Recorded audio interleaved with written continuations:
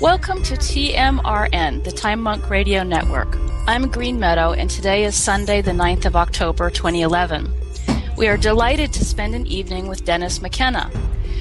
Dennis has a PhD in ethnopharmacology and is a founding member of the Hefter Institute, which researches psychedelics in order to contribute greater understanding of the mind, leading to the improvement of the human condition and the alleviation of suffering. He is the brother of Terrance McKenna, who has become an icon of the psychedelic revolution and is known for the Timewave Zero concept. Dennis is currently working on a memoir of his experiences with Terrance called The Brotherhood of the Screaming Abyss, which is due to be published in the fall of 2012. Hi, Dennis. Welcome to the Time Monk Radio Network Roundtable. Hello. Pleasure to be here. Nice to meet you all in virtual space for the moment. Yeah. Maybe someday we'll run across each other in meet space. We're delighted to have you. The WebBot Forum administrator and producer of this show is Fox. Tonight he will be doing the recording and technical support of the show. Several members of the forum were kind enough to join us this evening. Please welcome members Wang Shan, Neil, M. Sanchez, Lenny, Five Cook, and Groundrog. For our listeners, this interview will assume you have a good understanding of Dennis's work. You can find out more about Dennis on the YouTube videos of his lectures and at hefter.org. You can find more information about his book, The Brotherhood of the Screaming Abyss, at Kickstarter.com. This interview will be available on YouTube and free on the WebBot Forum channel and at the website webbotforum.com. Dennis, are you comfortable and ready for the interview? Yes, I guess so. Excellent. Before I was getting ready for this, I was just in the process of writing a letter to just about everybody I can find about the murders of the shaman that is taking place in the Amazon. I don't know if you've heard about this. No. I think I'm pretty shocked. There was a article in the Peruvian newspaper La Repubblica, and that was picked up by the Guardian UK in England, and that's where I heard about it. But apparently, up in the Yuramaguas area, which is further, it's not near Iquitos. It's further east in the Loreto province. But there is they're basically. I mean, it's not funny. It's really tragic. There is a band of militant and essentially evangelist terrorists that are going around murdering these shamans. And, about 14 shamans have been murdered up in that area. And they have identified the mayor of this town and his cousin or his brother or somebody as being, the instigators of this. And apparently that Protestants are, Protestant missionaries and evangelicals are quite active in this area. And, they basically say, these shamans are witches, they have the devil in them, and they have to be killed. And they managed to knock off 14 of them so far. And this is just very tragic. Yeah. Because it sounded like that a lot of people have been going to the area almost as a tourism or as a walkabout to have a spiritual experience. And that it was a positive thing for the area to have a shaman. Well, it is. It is a positive thing. I mean, for the communities, but the evangelicals, I mean, shamans are competition, right, to their missionary, and they have, they have a mindset that, anyone who practices traditional healing, especially if they use ayahuasca or any of these things, is basically possessed by demons, or they are demons, and they need to be exterminated. So as a result, these people are. I mean, apparently, there's about 14 have disappeared so far. They found 7.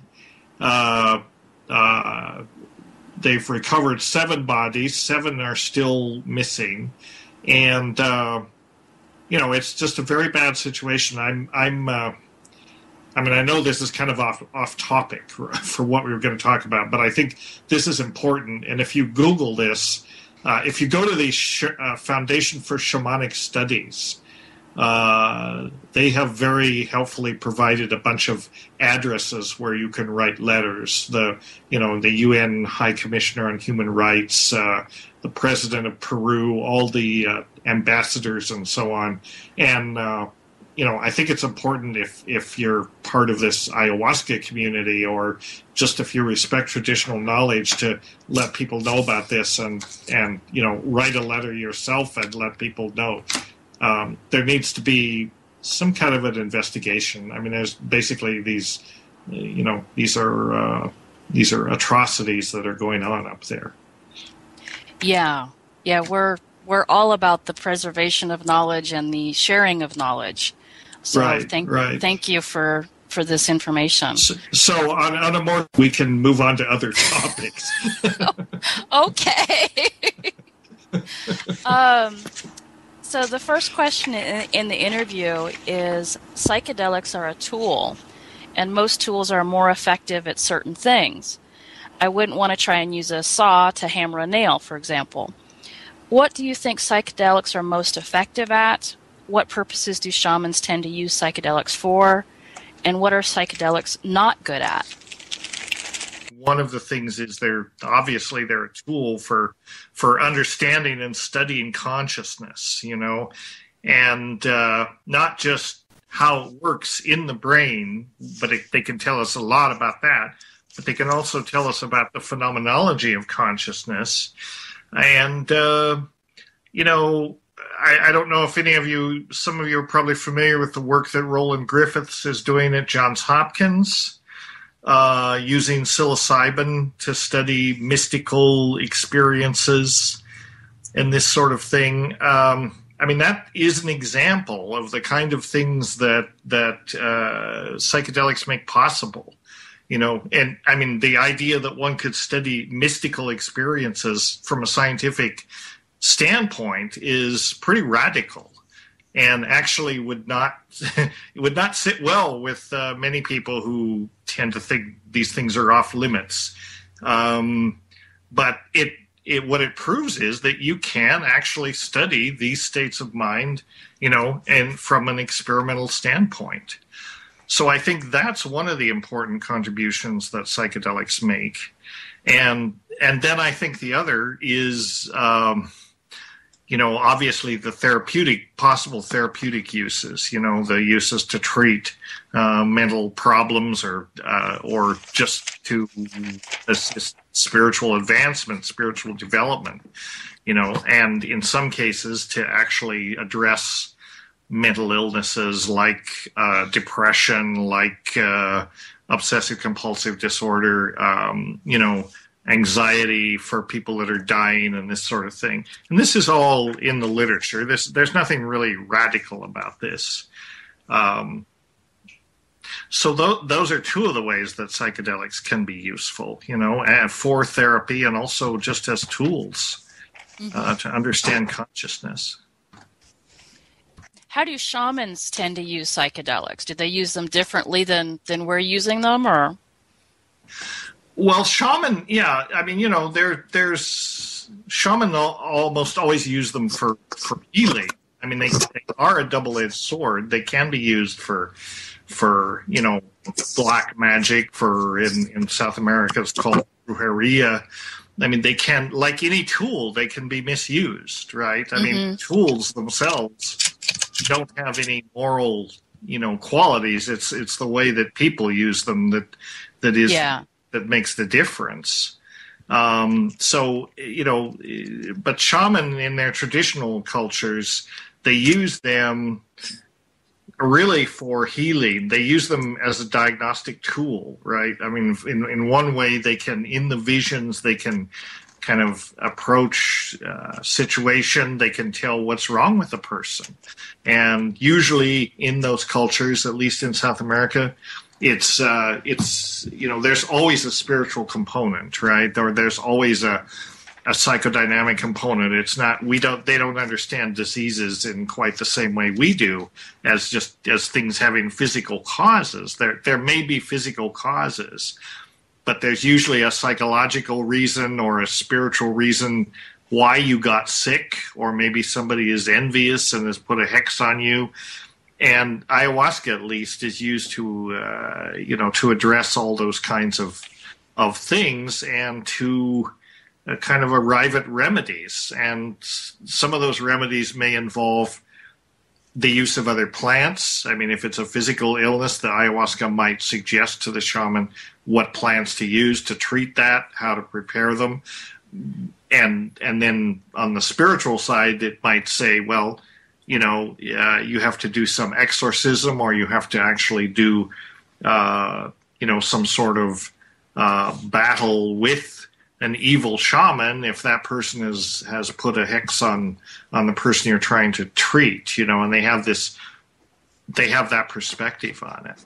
So in that sense, they use the psychedelic tools that they use are multifunctional, but they basically have to do with healing or causing harm to people on some kind of spiritual plane.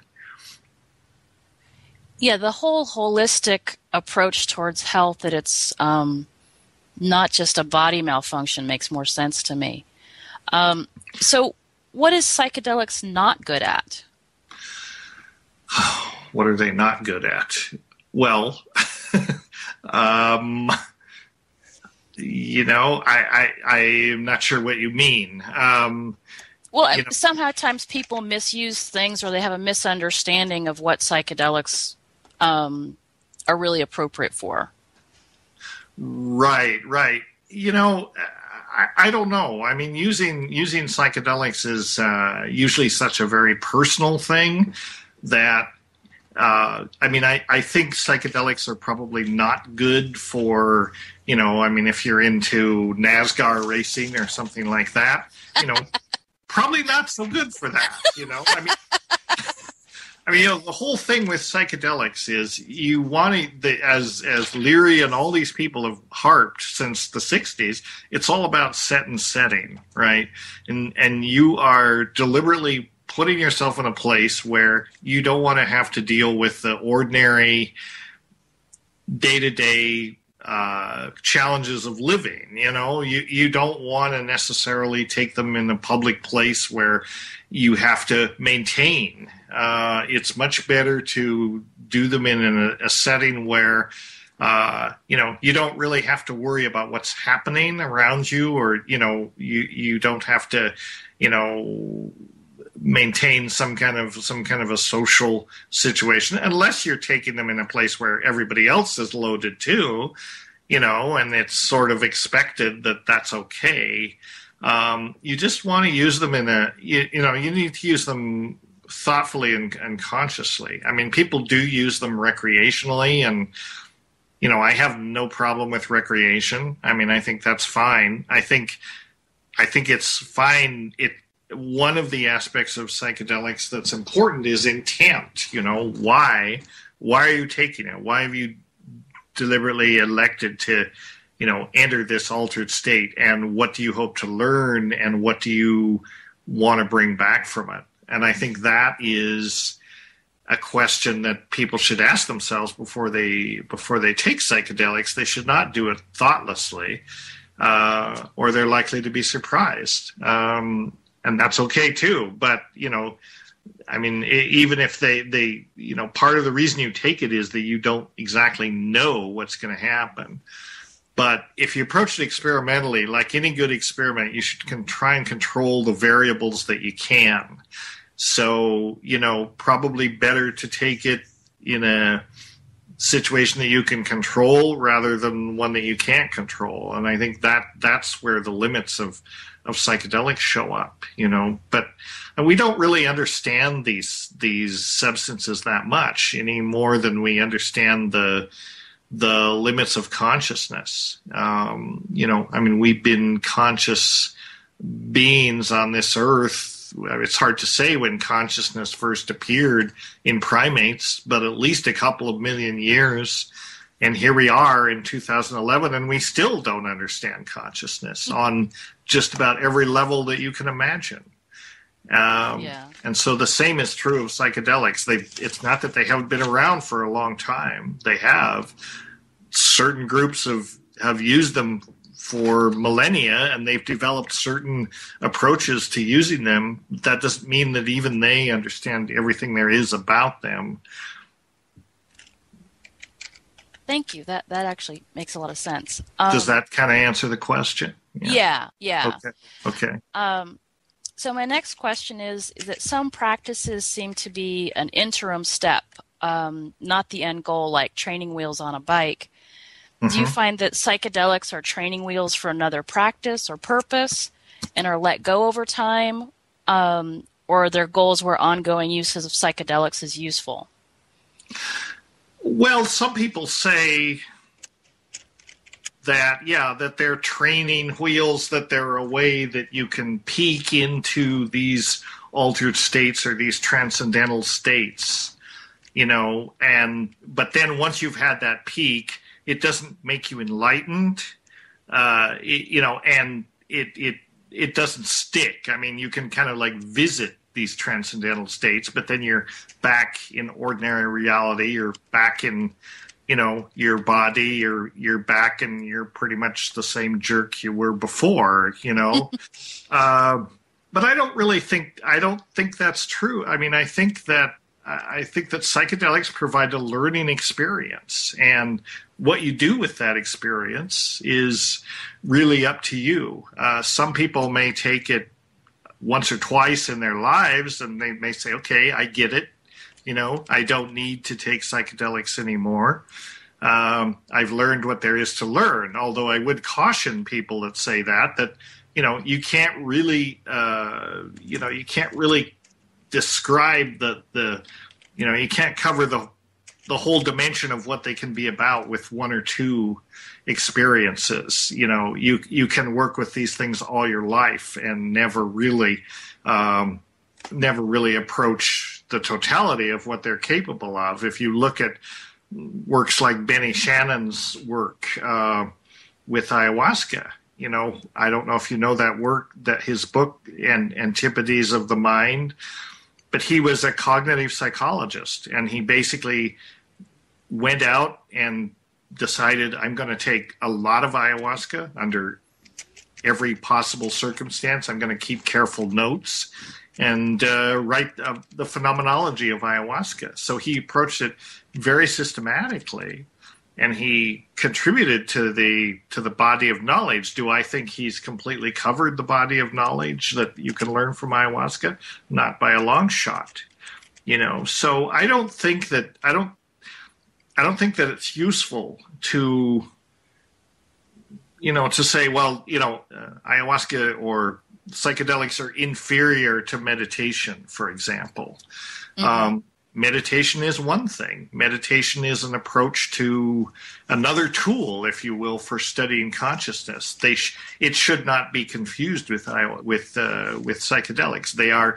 They are different tools. They can both teach you different things. One is not inherently superior or inferior to another any more than a screwdriver is inferior to a hammer. They both have their place. It depends on what you're using, that tool for. So I think you can, I think you can learn a lot from meditation. I think, and yoga and other types of deliberately altered states, frenetic dancing, many of the techniques that shamans have traditionally used that don't involve the use of psychoactive substances, but that do generate profoundly altered states of consciousness. These are all tools in the armamentarium to study this phenomenon of consciousness and to study, and to use it in our own spiritual development. The right tool for the right job. I don't think it's useful to particularly judge one as superior to the other. Mm-hmm. I don't think that people, the other caution or the other caveat I would make here is that, psychedelics are not going to enlighten you. If you're stupid, they're not going to make you smart. If you're an asshole, it's not going to make you into a good person. I mean, that is the work. I mean, what it can do is show you things, and then you've got to do the work. You've got to do the work on your own. So, I'm sure we all know many people who take lots of psychedelics and are, anything but enlightened. And then we know other people who say, well, yeah, that guy really learned some lessons because he took psychedelics. And we know some people like that too. In fact, again, referring to Roland Griffith's study, I don't know if you saw this study that just came out with psilocybin. They widely did analysis of people's personalities to the extent that they can measure that. These are all pretty crude ways to look at it, but they showed that that the psychedelic produced a more sense of openness in the person's personalities. They were more open to new ideas. They were, essentially more relaxed about.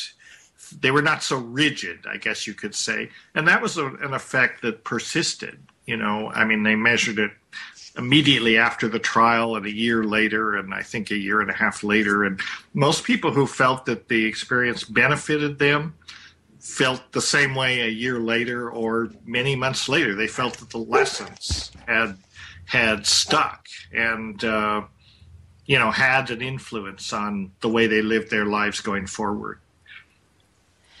That makes sense why that people would think that there was that one or two times would be enough.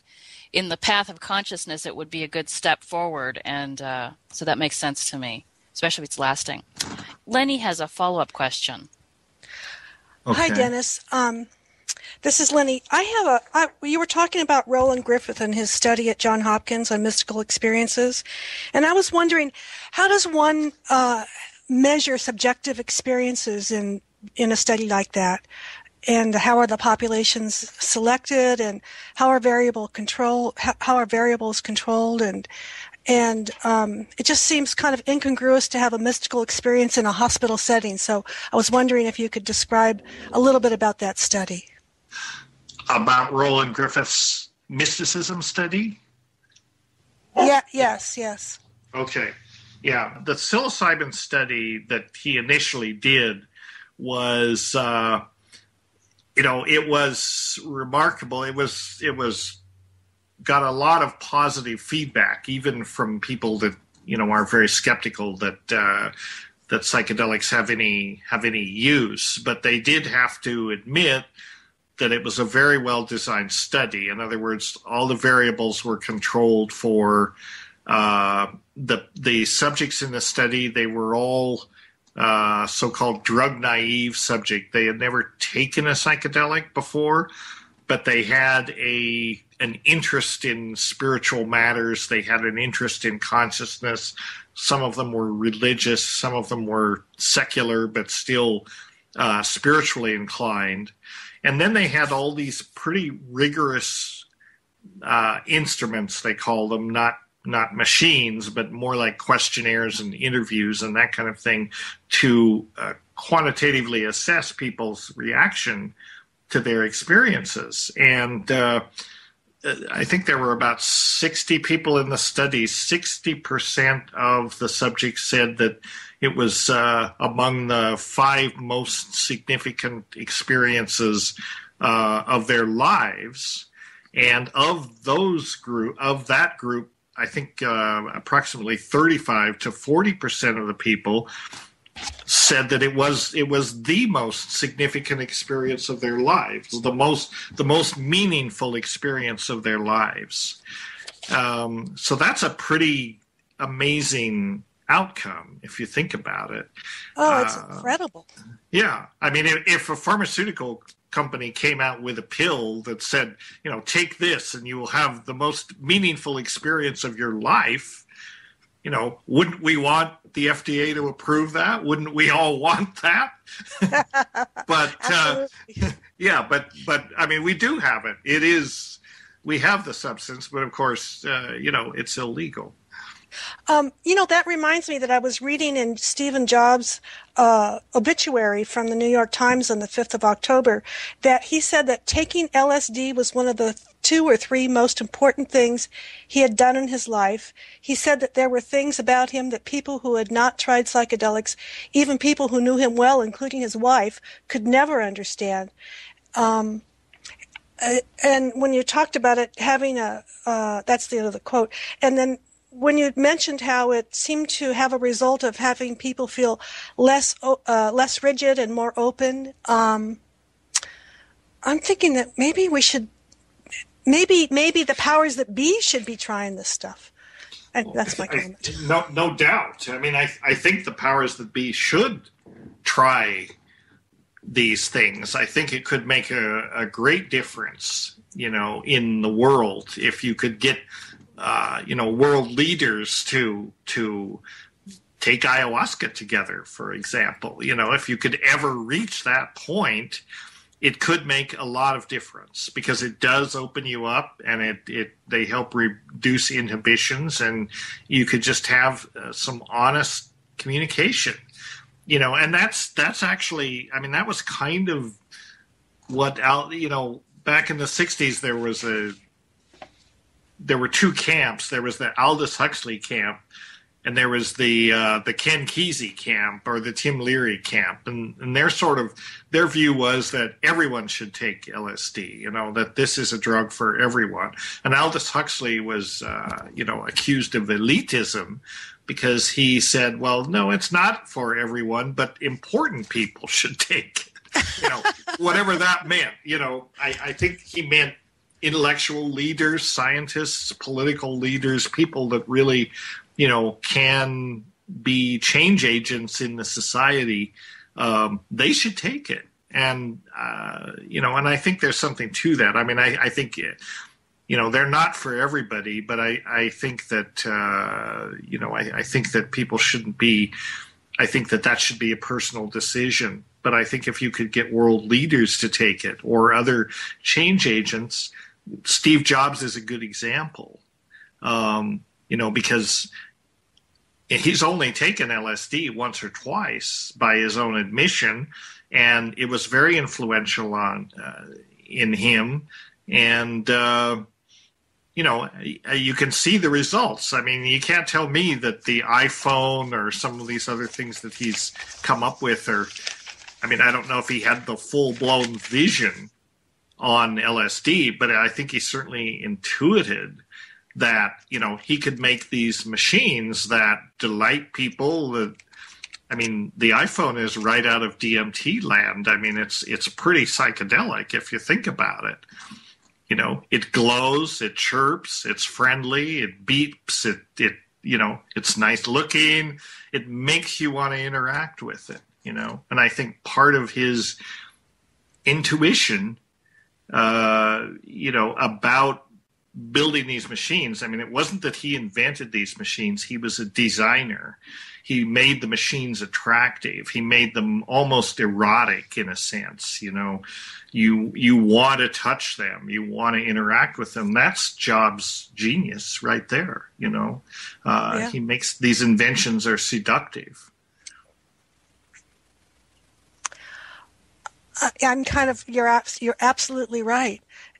You mentioned something about the psilocybin and something about ayahuasca, and I was wondering what's the big difference between them?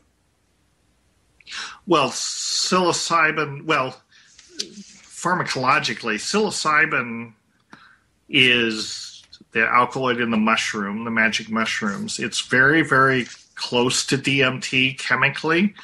Dimethyltryptamine is the visionary component of ayahuasca. But DMT by itself is not orally active, right? So it's prepared in combination with other plants. The DMT-containing plant that's used to prepare ayahuasca, which is called chacruna, or Psychotria viridis is the scientific name, is prepared along with the bark of Banisteriopsis caapi. And the bark of Banisteriopsis, the vine, which is also called ayahuasca, like the brew itself, just to confuse people, contains these alkaloids that are monoamine oxidase inhibitors. So in other words, they inhibit an enzyme in the stomach, in the gut, that would normally break down DMT. So you can make tea out of chacruna, you can drink it all day and nothing will happen because DMT is very easily broken down by this enzyme in the gut. So, but if you prepare it with an inhibitor of that enzyme, then it's protected and it's absorbed in the active form and it makes its way to the brain that way. So that's a way to make DMT orally active.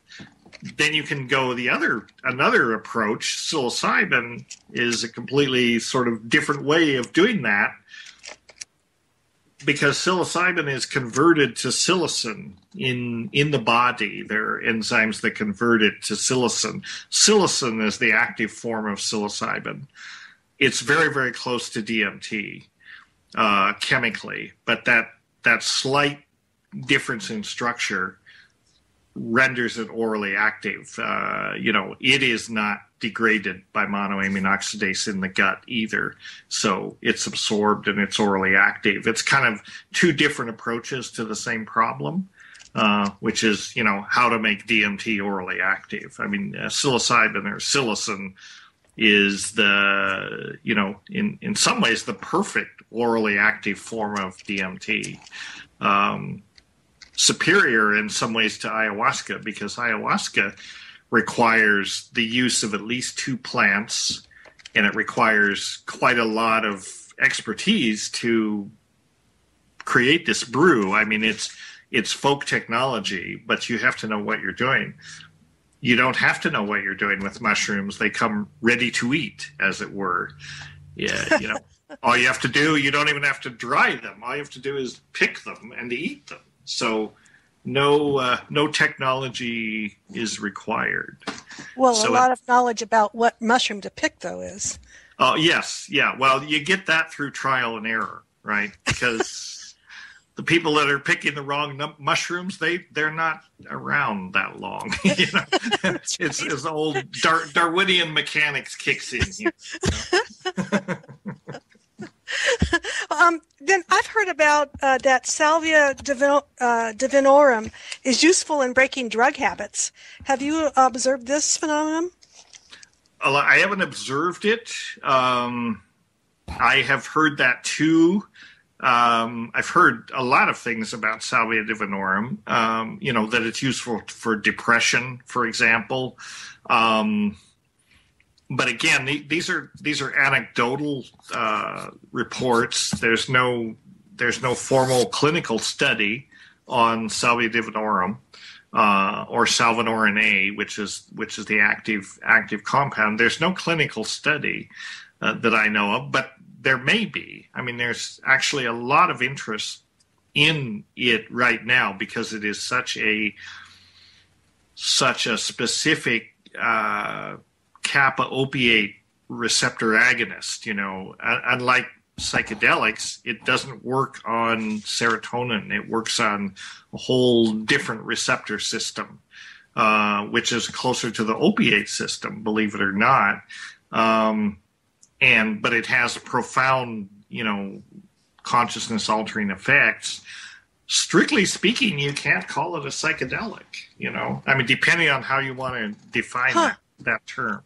Okay. And I'm kind of I'm kind of rigid in my definition of psychedelic because I define it in terms of neuroscience and in terms of pharmacology. A true psychedelic is something that interacts with the 5-HT, the serotonin 2A receptors, all the all the classical psychedelics that we know, LSD, DMT, psilocybin, mescaline, kind of the classic psychedelics, they all interact with the serotonin 2A receptors, one of about 14 different serotonin receptor types. And so on the strict definition, you can say if it's not a 5-HT or a serotonin 2A agonist, then it's not a psychedelic, which is not to say, or you could have a looser definition and say, well, if it produces effects that are similar to these things, then we'll call it a psychedelic. But then where do you draw the line? Is MDMA a psychedelic? Not really. Is cocaine a psychedelic? Probably not. So a lot of it is semantics. How do you define this? Salvinorin A is a very interesting compound, though, because it is so selective for just this one subtype of receptors in the brain called kappa receptors. I wanted to ask you, actually, somebody on this call, Wang Sheng, had a question about the MAO inhibitor. And that question is, could you take a prescription MAO inhibitor with ayahuasca, and would that work? It would work, and it's not a good idea. Oh. Two reasons for that, a couple of reasons for that. There are two types of MAO, of monoamine oxidase, at least two types. There's MAO-A and MAO-B. And MAO-B is a form of the enzyme that primarily metabolizes what are called catecholamines, things like dopamine and stimulants like amphetamine and things like this are substrates for MAO-B. The tryptamines and serotonin and DMT and these things are more selective for MAO-A. And the alkaloids in Banisteriopsis are very selective for MAO-A. So they inhibit MAO-A and not MAO-B, at least not very much. And so as a result, they're perfect for activating DMT. The problem with the synthetic MAO inhibitors is they're by and large not selective. They inhibit both MAO-A and MAO-B. And if you inhibit MAO-B and you take stimulants, if you take something like tyramine, for example, you can get, it can cause hypertension. It can cause a stroke, basically. It can rapidly elevate your blood pressure, and it's quite dangerous. Most of the clinical MAO inhibitors, the prescription MAO inhibitors, which are not used much anymore because they are dangerous, they are so-called irreversible MAO inhibitors. So in other words, they inhibit the enzyme and they bind irreversibly to it. So the effect lasts about 2 weeks. And you have to wait until new MAO is synthesized by the body for the effects to go away. During that 2 weeks, you have to be very, very careful about what you eat because many foods contain these phenethylamine type stimulants, things like chocolate and wine and cheese, those kinds of things. I don't know if you look into the older psychopharmacological literature, you can read up about the cheese effect, which is basically people had to be very careful about, what they ate, because if you ate foods that contain tyramine, basically tyramine, it can raise the blood pressure, and it's not good. So I don't recommend combining synthetic MAO inhibitors with DMT. It would work, but it's better to stick with the plants. I think it's much less hazardous. Does that answer the question? Yeah. Thank you very much. I think Wang Sheng has a comment. Okay. It's interesting. I big list of tyramine foods that people with migraines have to avoid. Right. And, I know it's probably has to do with all the HT receptors in the brain and the gut. So it's good to know about those MAO inhibitors. I mean, there are some of the newer MAO inhibitors. There are a couple of new generation MAO inhibitors that are reversible. And that's like the beta-carbolines in ayahuasca. I mean, the good thing about the beta-carbolines in ayahuasca is number one, they're very selective for MAOA, right, which is the target that you want to inhibit, and they're also reversible. I mean, the synthetics take 2 weeks to go away. Beta-carbolines take a few hours to go away, so they're inherently a lot safer. Oh yeah, it's very easy to overdose on the older MAO inhibitors. That's why I never use them. They're right. Cardiotoxic for one thing. Yeah, and for the same reason, another aspect of, taking ayahuasca is quite safe, but you want to be careful if you're taking SSRI type antidepressants, because there can be an interaction with the MAO inhibitors, and by inhibiting MAO and also taking SSRIs, you can get what's called the serotonin syndrome, which you want to avoid. Right. At least you want to avoid the extreme aspects of it. I mean, you could argue that the psychedelic state is kind of like the serotonin syndrome, but and not to the degree that you have to worry if you're gonna pull out. Speaking of that type of syndrome, what type of thing, if say somebody is having a bad experience on the mushrooms or whatever, what kind of antidote, either psychological or medical, would you use? Yeah. The best antidote, there are really no good pharmacological antidotes. The best one, if you have to give somebody something, the best thing to do is give them Valium or give them an anti-anxiety drug. Because usually that's the problem. They're just a little bit anxious, and they're just a little bit, panicked. And so the best antidote is to talk them down, to just... Okay.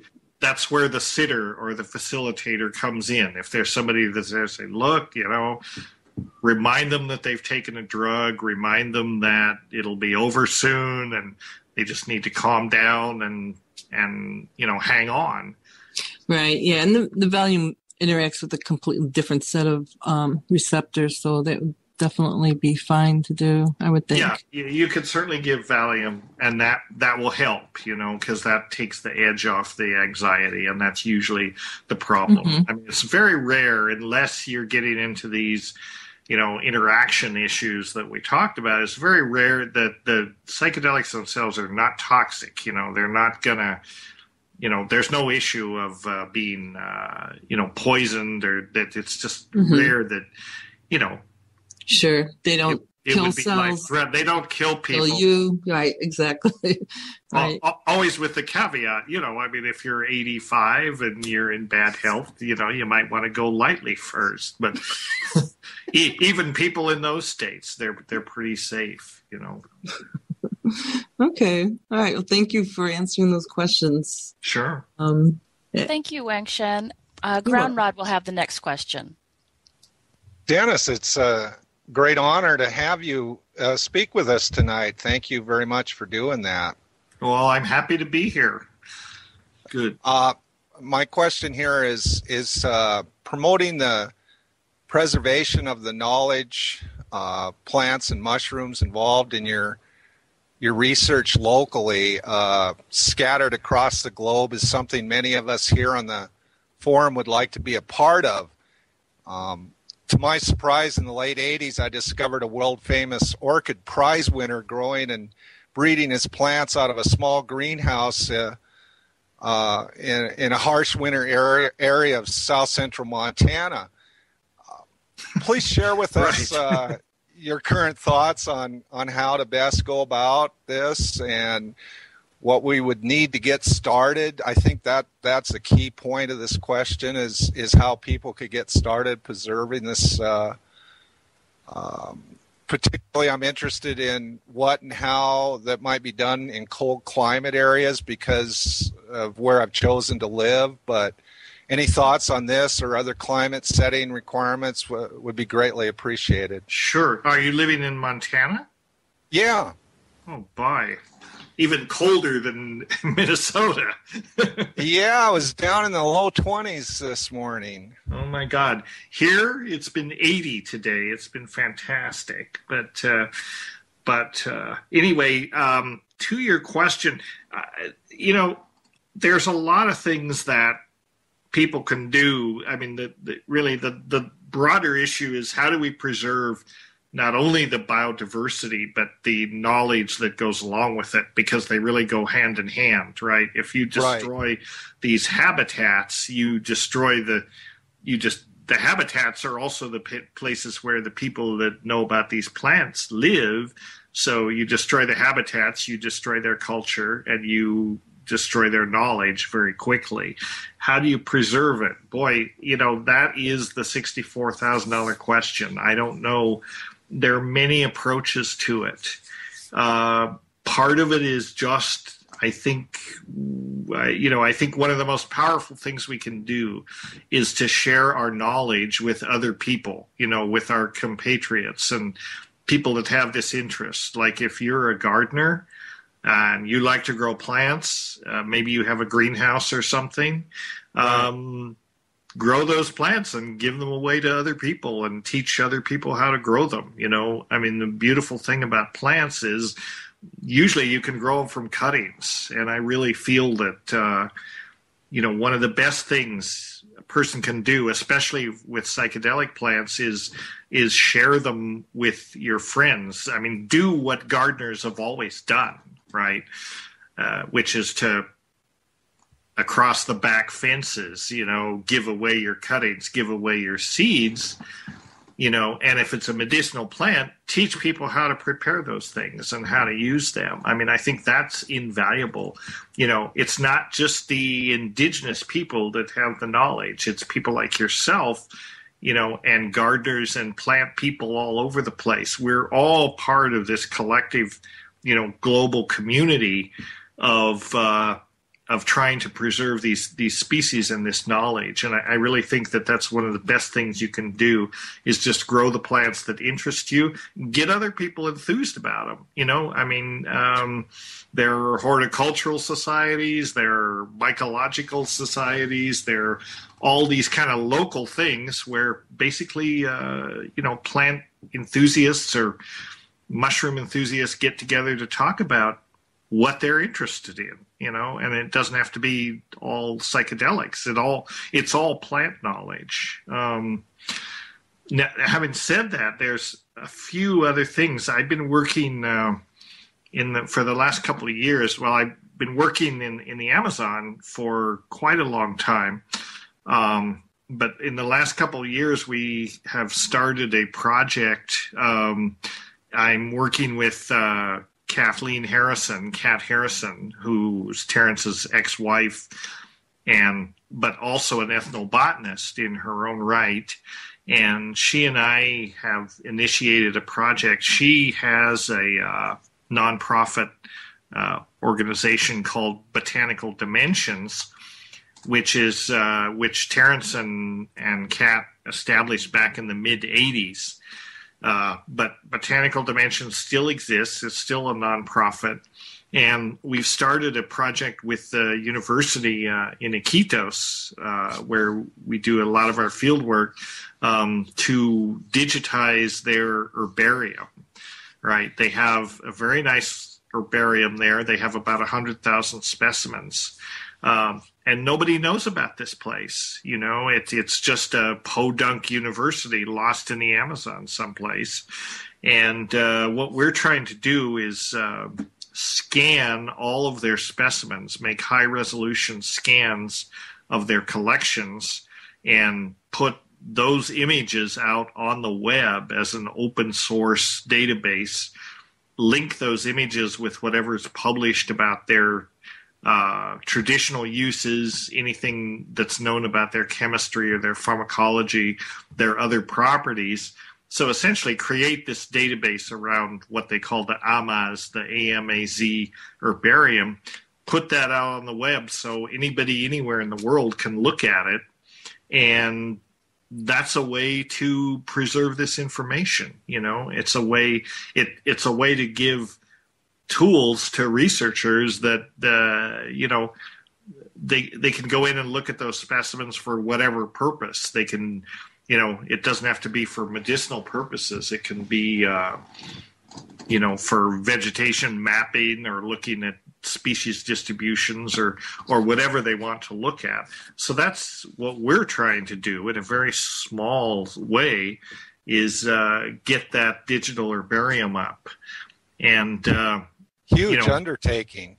It is. It's important work, though. It sounds like it's important work. It's much more complicated than we thought when we went into it, as these things tend to be.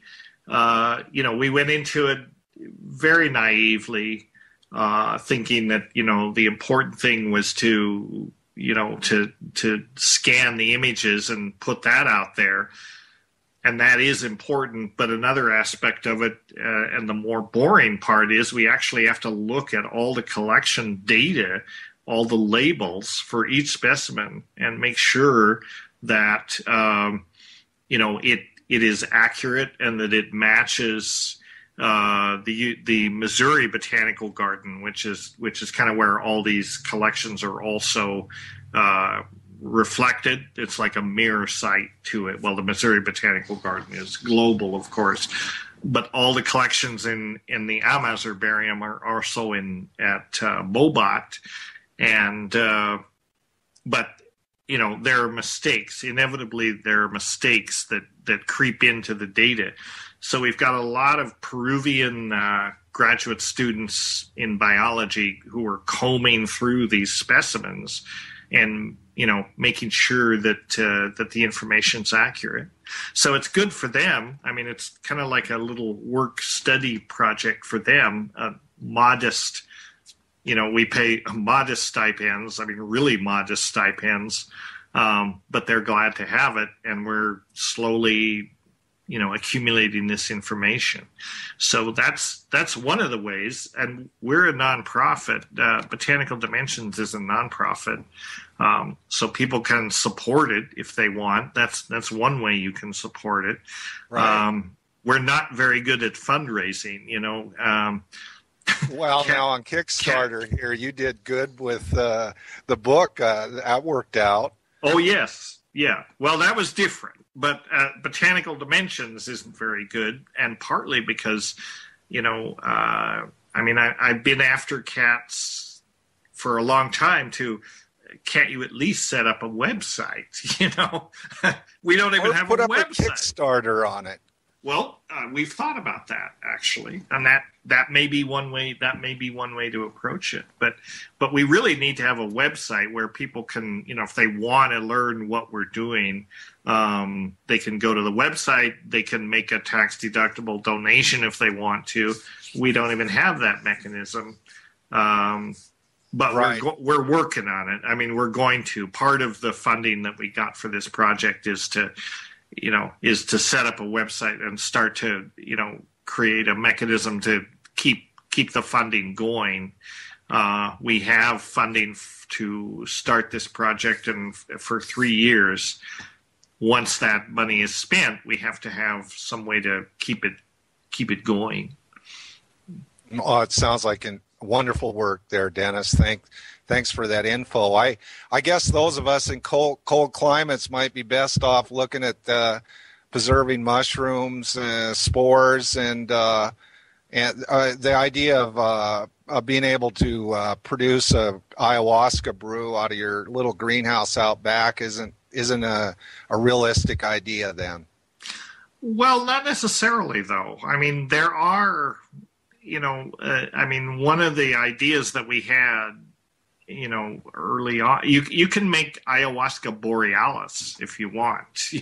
Some people have tried this, because DMT is pretty widespread in plants, and beta carbolines are pretty widespread in plants. And, with a little bit of research, you can come up with ayahuasca analogs, and people do. Like using, for example, the phalaris grasses, or Desmanthus illinoisensis is another plant that grows throughout the Midwest that's quite high in DMT. So people, can try and prepare these analogs to ayahuasca, and they do work. I mean, they work, but they're not exactly the same, of course, but they do the job. Wonderful. There's so many possibilities. Thanks for giving us a head start on some of it. Thank you very much, Dennis. Okay. Thank you, Groundrod. Our next question is from Neil. Yes, Dennis, it's a pleasure to meet you. Years ago, others and myself made a water offering from a gallon of water that was gathered by Manly P. Hall before the Second World War, when there was no radioactivity in the oceans. The elder I was with was the eventual recipient of this and was told to give it to the ocean to help her remember who she was. This is like giving a homeopathic remedy to the ocean, or more directly. My question to you is, in your communications with the plant world, do you communicate with the water spirits of the oceans? I've heard that people can talk to the mushroom beings. What, if anything, can we do to help that along? With the water spirits? I would say. And specifically with the ocean spirits? Yeah. Well, I don't know. The short answer is I don't know. But it's interesting that you bring this up, because the ocean spirits, I'm not sure how you would approach that.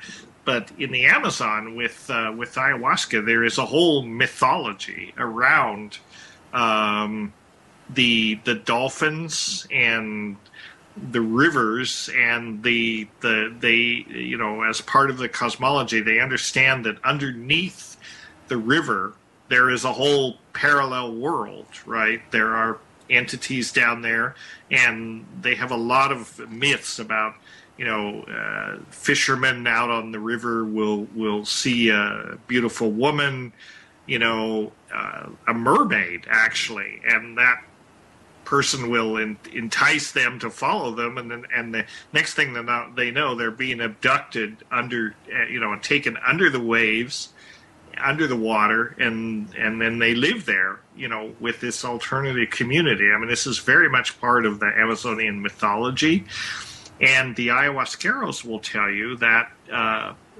there are actually specific plant admixtures that they use, that they add to ayahuasca, that helps them go underwater, go into these they're not subterranean, but, subsurface realms, and that, helps them. There are specific admixtures that they add to ayahuasca so that they can travel in these areas and talk to the mermaids or whatever entities present themselves as mermaids. So it's very much part of the mythology. And I don't know, in my own experiences with ayahuasca, I very often have had the feeling of being, one of the aspects of the experience for me is this feeling of being in a subterranean marine environment of some kind, that very often comes up for me. So that's about all I can tell you about it. It actually, there's a very interesting movie, film that was made by a group of anthropologists, I think at Florida State University or Florida. Anyway, one of the universities in Florida that has a pretty strong anthropology program. And the name of the movie is called The Trees Have a Mother. And it's a very interesting documentary. It was filmed in Iquitos, and it's the story of this one woman whose son was abducted, whose son got lost in the forest. And when that happens down there, they often say that they have been taken by the Chuyachakwi. And the Chuyachakwi is one of these mythical characters, that again appears to people in remote areas of the jungle and will entice them to follow them and then abduct them. And the Chuyachakwi is this forest spirit, not entirely bad, but not entirely good. And the way you can tell if you're dealing with a Chuyachakwi is that they look just like an ordinary person, except their feet are put on backwards, right? So that's part of their trick. You think they're following, they're going away, and you think they're going the opposite direction. But if you Google that movie, it will come up. There are parts of it that are online, and I think it's very interesting as a kind of gives you a good insight into kind of the mythology of contemporary Iquitos, contemporary mestizo belief systems. The interactions between the water world and the plant world are obvious.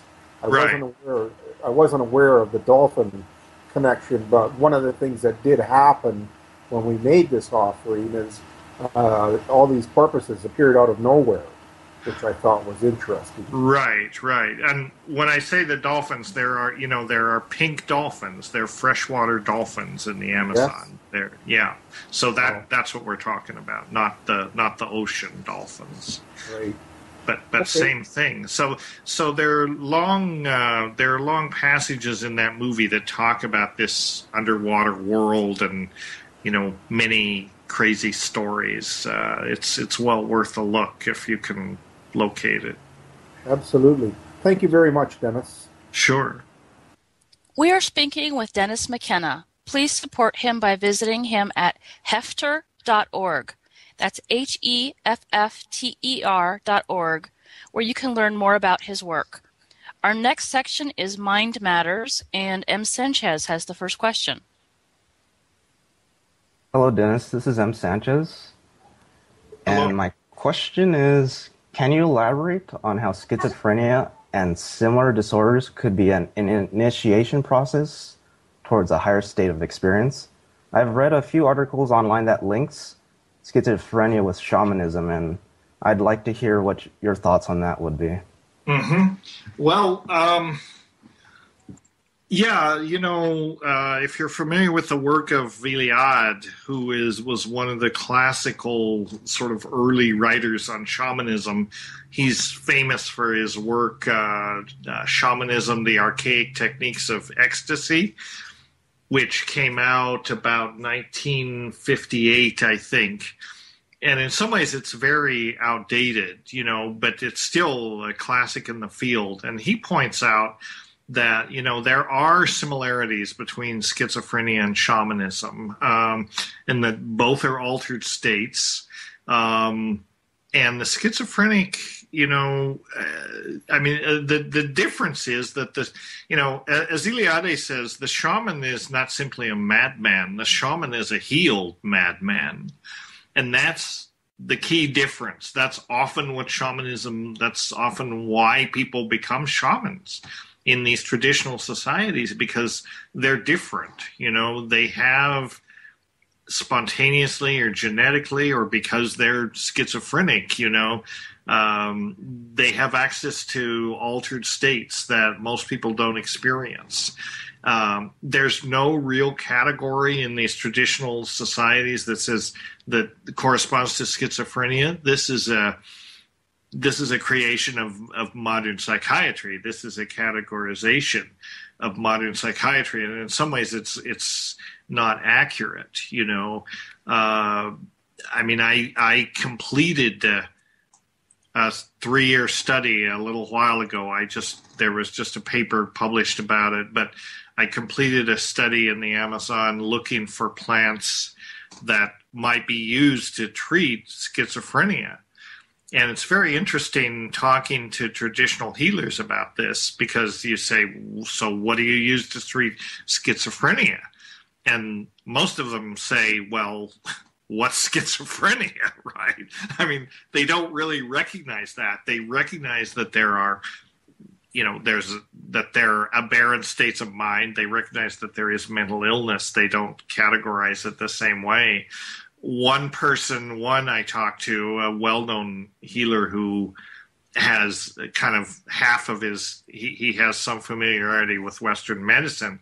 I asked him, and he said, well, it depends. He said, some kinds of schizophrenia, you hear voices, right? And you use this plant to treat that kind of schizophrenia. And my ears perked up because I thought, aha, here's, this actually maps to Western diagnostic categories. So you hear voices. That's great. That's one of the hallmarks of schizophrenia. But then he said, but then there's another kind where you've been enchanted by the dolphins, right? And then you use a whole different set of plants to treat that kind of schizophrenia. So they're categories, you can't map these traditional categories of mental illness onto our psychiatric categories. There's the phenomenon of Asperger's syndrome and autism and all that, which isn't exactly schizophrenia, but there are similarities. And many Asperger people they're savants. I mean, they can be very high functioning, and yet they don't think the way that you or I might think, but they can, they can be stigmatized as mentally ill. And in some ways I don't approve of the labels, because to put a label on someone is to, in a sense, to set them apart, and it doesn't recognize what might be good about their condition. We all need to think different in Steve Jobs' words. So I kind of lost my thread here. I guess what I was trying to say is that schizophrenia is one way of looking at it. Shamanism can be one way of dealing with your schizophrenia in some ways.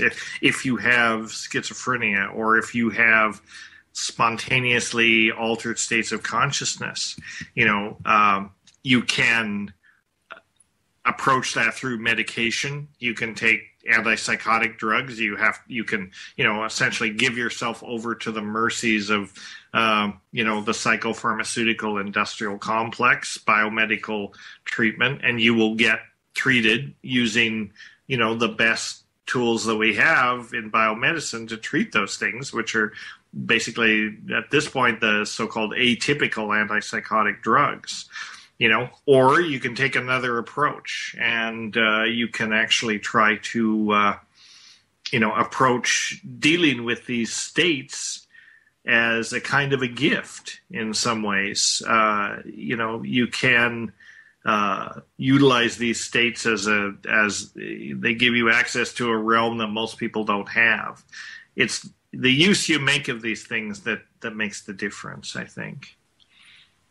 Which is not to say, schizophrenia is not fun it's not fun, it's something that people have to deal with, unlike psychedelics, which can be fun. I guess the difference is, psychedelic, the state goes away eventually.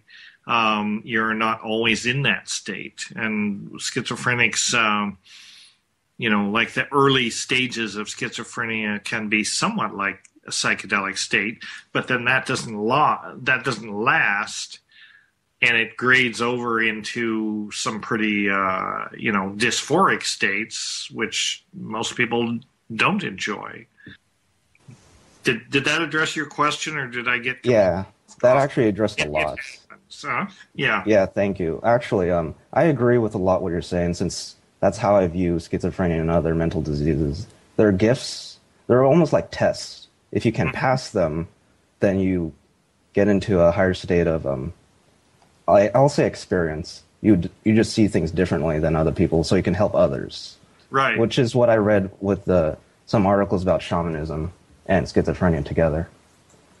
And yeah, I mean, there's even a chapter in The Invisible Landscape about shamanism and schizophrenia. I mean, The Invisible Landscape was written 30 years ago, so it's kind of out of date too. But the reason that the shaman is good at, has these skills, to address people's what you might call spiritual illnesses, is because they've been there.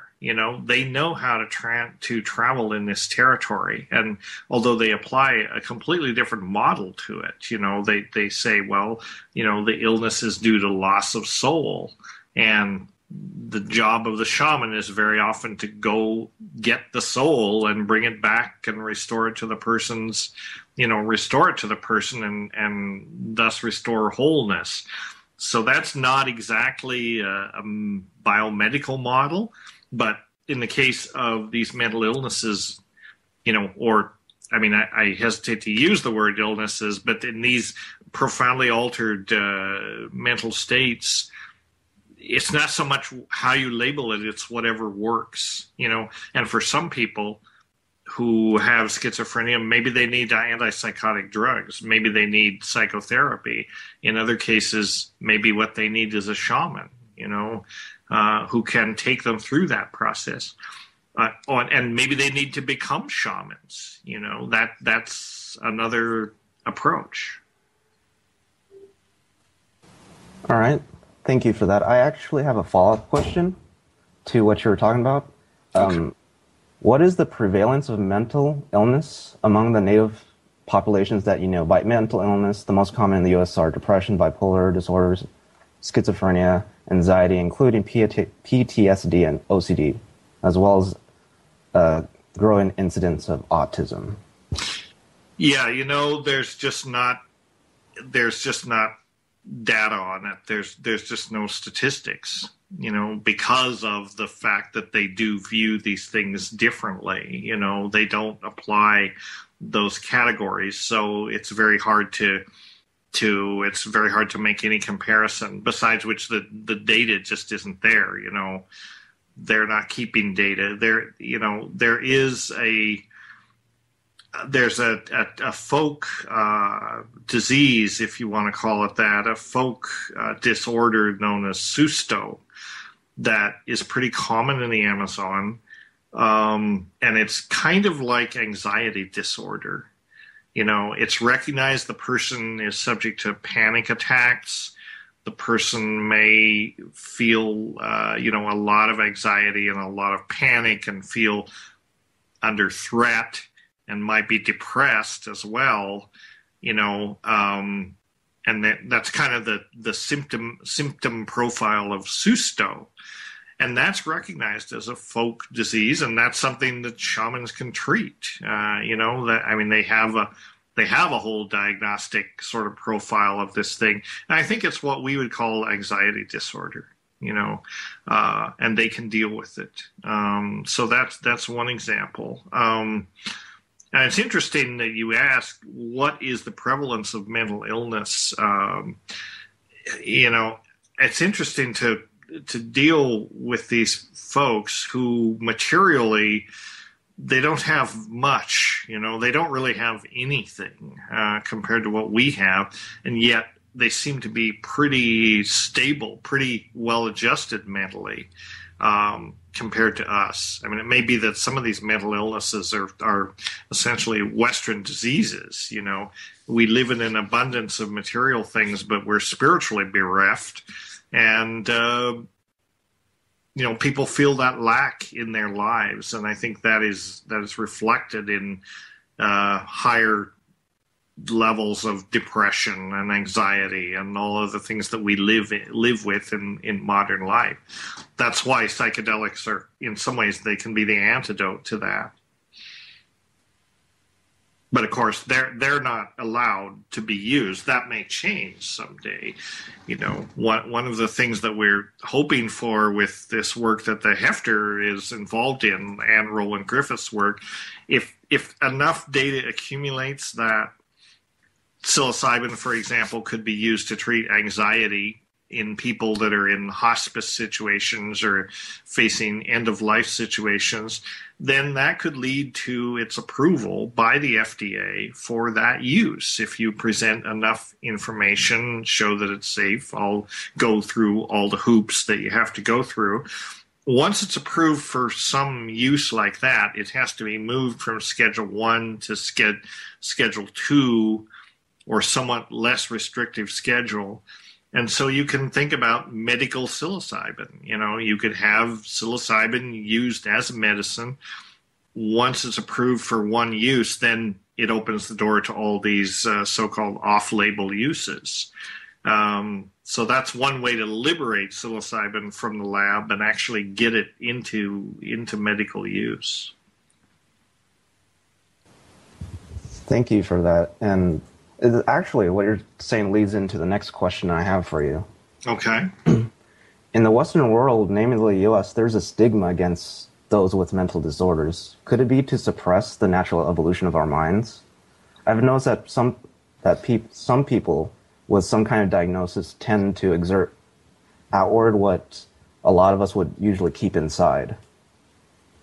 It's almost like a constant cleansing process, like with schizophrenia or depression or some other disorders and diagnoses. Well, yeah. I mean, people with mental illnesses are stigmatized in our society. I mean, the fact that we even call them mental illnesses, that's one way to, to stigmatize them, is to set them apart into this category of people that are, somehow defective, or thought of as defective. They're not, because they don't think like most people think. I do think that societies have always stigmatized people who think differently, or whose normal state of consciousness is not, there is no norm, right? What is normal consciousness? But there are some people that have, whose normal day-to-day state of mind is different than most people's. They've always been stigmatized. In our culture, they're called mentally ill, which is actually probably a more compassionate way to look at them. 100 years ago, they might have been, say, well, they're possessed by demons, or, they're witches, or, they have all of those things. Mentally ill people were looked at in that way too. And because they were different, and because the interpretation was, that they have demonic possession or something, the remedies were pretty drastic, like they could be killed, that all these people had to be gotten rid of. This is what's going on in the Amazon right now with the shamans. It's very interesting that this has come up. It's very tragic that this has come up again. But again, the fanatic evangelical interpretation of shamanism is that they're witches and they should be killed. And that's not so long ago, that's how it was in our culture too. So I guess to say that they're mentally ill is maybe a progress in some way. At least it's a more compassionate way to look at people who have different consciousness than we have. It's kind of like they're slowly evolving a different way to look at people with substance addictions and that sort of thing. We view them as it's a medical problem now. They're not criminals. They're not necessarily bad people. They're just people who made some bad choices. So slowly attitudes evolve in society, but we still have a long way to go. All right. Thank you, Dennis. Yeah, you're welcome. Thank you, M. Sanchez. Our next question comes from Five Cook. Hey, Dennis. I enjoyed your comment earlier, tying in some of our modern neuroses with just the general lifestyle that our Western civilization leads. And I think about diabetes as a classic example of something which is manifested only within our culture. So my question is, how can we get our society off this train wreck that our modern psychiatric industry has become and head it off into a beneficial direction which actually helps people suffering these horrible mental aberrations? If we can't change the culture right away, I know people receive SSRI medications, for instance, and it seems like they trade one set of horrible symptoms for another. Do you have any realistic hope that the next 10 years, say, would bring us out of our present option system to a better one which uses plant medicines for the betterment of our world? Boy, you just touched on about 5 major topics here that we could spend the rest of the session talking about that, and they're all really good. And the short answer is I don't know. I don't know what the solution is. I think, like most of them, we know what the problems are. What do you do about it? I think that partly, you can't do anything about it without completely reforming the way medicine is practiced in this country, and not only in this country, but more and more globally. Medicine is very much about, the problems go so deep, medicine is very much about the fix, the pharmacological fix. And it relies very much on pharmaceuticals, pharmaceutical therapies, and all that. Partly that's because, even psychiatry, people don't have time to spend with patients. A person gets to see his doctor maybe 5 minutes if you're lucky. It's the way that the whole finances and everything for biomedicine is structured. What's been taken out of medicine, the way it's practiced these days, if you ask me, is that healing has been exorcised from medicine, and to a certain extent spirit has been exorcised from medicine, and at base I think that's a lot of the problem right there. This and that really comes out of the 19th century. That comes out of, believe it or not, the discovery of the fact that you can isolate from plants something like morphine. In fact, morphine was the first pure plant drug to be isolated. And guess what? It has most of the properties of opium. It's a good analgesic, it's a good euphoriant, and so on. But it's clearly not alive, right? It's a crystal. It's a chemical compound. So that changed the attitude of medicine to the idea, but because formerly plants were understood to kind of have a spiritual energy, and it wasn't so much about their chemistry, it was about their energetics, and that led to a change in attitude where, people or organisms were not looked at as spiritual entities anymore. They were looked at like machines, right? They're just machines. They're just physical chemical systems.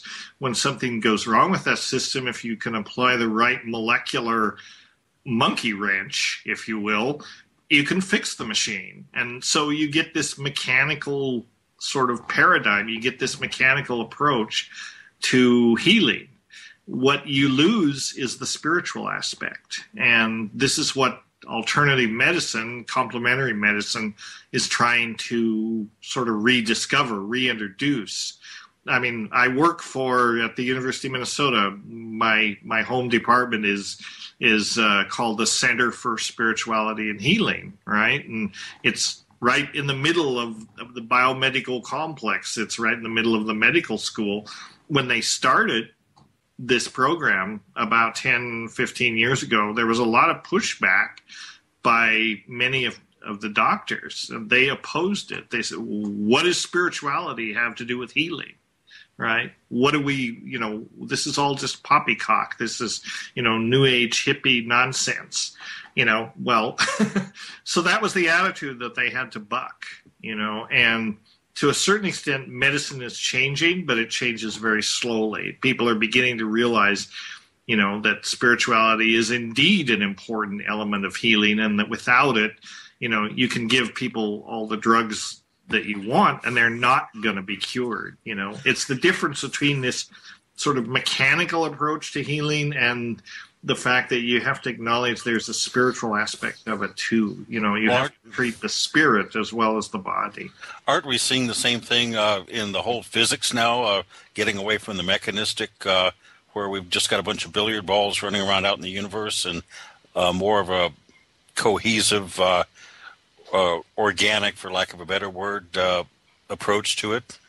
Yeah, definitely. I mean, but it takes a while for these new perceptions to diffuse into the general population. I mean, I think that's one of the things that quantum mechanics, for example, which under the best of circumstances is hard to understand, but it has reintroduced into physics this notion of the observer. And paradoxically, it means that, in physics, consciousness is actually becoming primary, right? Because unless there's an observer, the wave function remains indeterminate, and it never does collapse, so you don't know what's going on. And in medicine, I think what we're doing, I think that the psychedelics are helping to catalyze this move toward a healing paradigm, which is something like a combination of psychotherapy, shamanism, and conventional biomedicine. What I'd like to see is some kind of paradigm that combines, that borrows from all these modalities, and something that is not any one of them, but better than all of them will emerge. Do I think it will emerge? Probably not. I don't see how that's going to happen until medicine is reformed. I mean, that's the whole healthcare debate is about that in a sense. Yes, I try not to get too pessimistic, but boy, the moneyed interests have such a death grip on the whole system that I don't see them letting go of it. No, I don't either. I mean, there's too much money to be made, and I totally agree, and I think that's part of the problem. What I don't see happening in this country is, and other countries as well, what I don't see happening is the idea that medicine should be a for-profit activity is wrong to me. I think that's wrong, and I think that people, medicine should not profit from people's misfortunes, and if you look at other countries where, they have different medical systems, like Canada is one example. I've lived in Canada. I used their medical system, and I know they love to bash Canada, comparing it to ours, but the fact is it works a lot better, and nobody goes without medical care in Canada, They may not have an MRI in every hospital, but do they really need that? So in a sense, their goals are more modest, but it just works better, Sure. I remember it's not for profit. It's not a profitable enterprise. The government pays for it. People pay for it through their taxes. And it gets done. Yes. And it gets done. Mm-hmm. I know, reading some of Daniel Pinchbeck's experiences, he mentions his ayahuasca experience being like 10 years of psychotherapy in one night, and where it actually did him some good, where he could see into himself. And I think, well, as soon as the pharmaceuticals can figure out how to patent that and put it into a pill, we'll get it. But until then, probably not. No, they won't. They won't. I mean, they won't for several reasons, but well, for one thing, ayahuasca, it's in the public domain. It has been for years, but the fact is, the sad fact is, there's no money to be made in psychedelics as pharmaceuticals. They want things you take 4 times a day for the rest of your life, not something you take once or twice, in a lifetime or once a year or whatever. I mean, there's no profit there.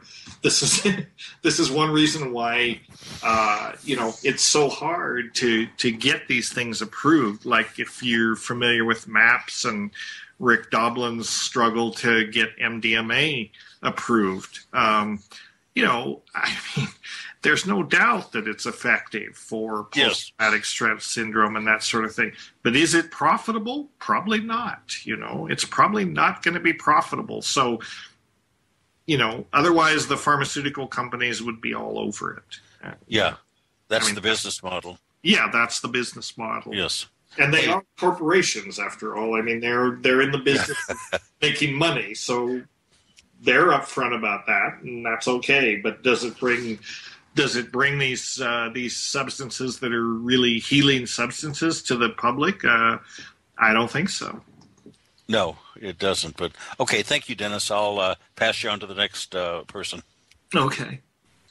Dennis, I totally agree with you about medicine, and I think our whole culture has been propagandized toward eat this, drink this, think this way, develop these symptoms, and then you go and get this medicine. And, medicine itself has to change, but it's really just a part of it. And I'm not sure if you're aware, I just want to tell you about this, colchicine, which is from crocuses, has been around since, the invention of fire. Right. There are all kinds of cheap generic versions of it. The drug of choice for gout. It's been on the market forever. Mm-hmm. FDA just recently outlawed all of the generic forms because they've been around before the FDA, and so the FDA never had it go through their official approval process. And now, if you have gout, you have to get a patented brand version of it, which is now the only form of colchicine available, and it's, of course, very expensive. Mm-hmm. But, I would love to see, everything reworked, but it's something like, there's a famous graffiti artist, Banksy, who, in his film, it's called Exit Through the Gift Shop. Everything has to be funneled through the corporations to make profit. And until I think everybody changes their whole mindset and starts to think for themselves, things are just not going to change. Yeah, I mean, I think that's right. That is because it's the profit model, and the also the pharmaceutical model, this idea, the magic bullet idea. We want highly purified compounds that target specific receptors that do, exactly this one thing. And that's completely on the opposite side of the spectrum from natural medicines, herbal medicines, which usually have multiple effects, multiple active ingredients that interact with each other and synergize each other. And it's just a completely different approach to healing. Natural medicines, plant medicines, are complex, biochemically complex mixtures of chemicals. Well, guess what? We are biochemically complex mixtures of chemicals too. And that's why natural medicines, I think, are more compatible with our systems. We're not used to a magic bullet approach. Now, sometimes that's good. Sometimes you want a magic bullet, and if you have, H1N1, or if you have some pathogen, you want an antibiotic that's going to knock that out. That's fine, but in a lot of cases, natural medicines, they may not work as dramatically as the pharmaceuticals, but they work more effectively over time. And, one of the things that's puzzled me as I watch this healthcare debate and kind of the way the FDA is evolving, we're all concerned with the cost of prescription drugs, right? I mean, that's one of the big factors that contributes to healthcare costs. Why isn't there more conversation about these herbal medicines, which the FDA, they try to marginalize this. Instead, they should be funding research, because natural medicines are quite often, almost always, a lot cheaper than pharmaceuticals, almost always a lot safer than pharmaceuticals, sometimes they need better scientific investigation to prove that they are effective. But why doesn't the FDA encourage this rather than discouraging their use? Because they can play a big role in holding costs down. No, you're absolutely right. There's no way to make a profit off something you can grow in your window. So right. That's why. But there is a whole dietary supplement industry which is making money off these things. But the FDA does everything they can. Instead of encouraging that industry, they actually try to throw as many roadblocks in their way as they can, and they're sort of, it's like it's regarded as the bastard stepchild of medicine. And those are, we know those aren't any good. And, it's not taken seriously, but it could be taken seriously. There's actually quite a body of scientific literature on a lot of these things, including clinical studies. It's always puzzled me why this is not part of the conversation when we're talking about the costs of drugs. We talk about importing drugs from Canada or other countries. I mean, that's one option, but why not develop natural medicines and put it on a better scientific basis? And then that's an option that's open to people. Yeah? No, I agree. Yeah. Totally. Okay. I had another question. Because of the ubiquitous nature of tryptamine receptors and tryptamine-like substances out there, do you have any theories as to if there's any connection between that and the data drop in the Alta reports, which I'm not sure if you're familiar about those, about the Alta reports? No. Tell me about that. Oh, boy, that's the acronym, though. Tell me about this. Okay. That is the WebBots project, the reports that they put out. It's a pretty complicated story. I don't know if I would do justice to it, but they basically take information from spiders that go crawling out on the web and see into the future, kind of. Mm-hmm. And it corresponds a little bit with the Timewave 0. And they're seeing basically a lot of stuff coming up. One of them is a period of time when there isn't a lot of theory or question is, but could you possibly foresee or think of something like a virus or a mutant pollen or something that could theoretically be a DMT-like substance that would go, just everywhere? That would spread through the population like a virus? Exactly. Yeah, I can see something like that. I think that you could probably engineer something like that using genetic engineering. I mean, it's possible to think of a virus that would perhaps introduce into your genome the molecules for synthesizing DMT in your brain. I mean, we already have those. We already synthesize DMT in our brain, but it's not our primary neurotransmitter. I'm not sure you'd want that, though. It's kind of makes it hard to do anything if you're on DMT all the time. Simple things like driving, like opening a can of tuna fish, getting up in the morning. These are not things that are front and center when you're on DMT. Exactly. So I'm not sure this would be a good thing. I'm not sure. Part of what makes the psychedelic experience valuable is that it's, by definition, it's limited. It's a place you step into, experience for a while, you get a different perspective, then you come back to baseline.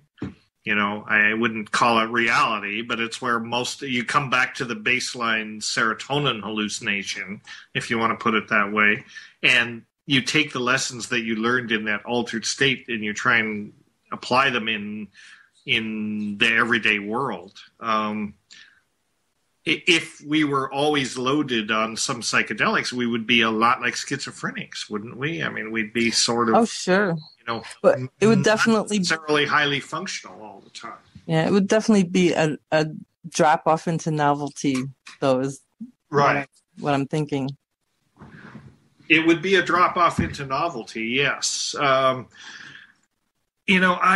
don't know. If it's interesting what Steve Jobs was involved with, and this whole idea of the coming, singularity, which is one possible manifestation of the 2012 Timewave zero scenario, that we would essentially create a virtual world in which we could spend most of our time. And that sort of seems to be something that we're evolving into. Now Apple's got the cloud, right? Everything's going to happen in the cloud. Well, I don't think the cloud is the virtual world that we're talking about, but some kind of version of that that's like 10,000 times more enhanced than the Apple cloud might 50, 100 years, or maybe even sooner, become a place where we spend a good deal of our time. I don't know. That's one possibility, is that we're all going to migrate into some kind of a cybernetic, cyberspace, as William Gibson called it. Whether we want to be there all the time, I'm not sure.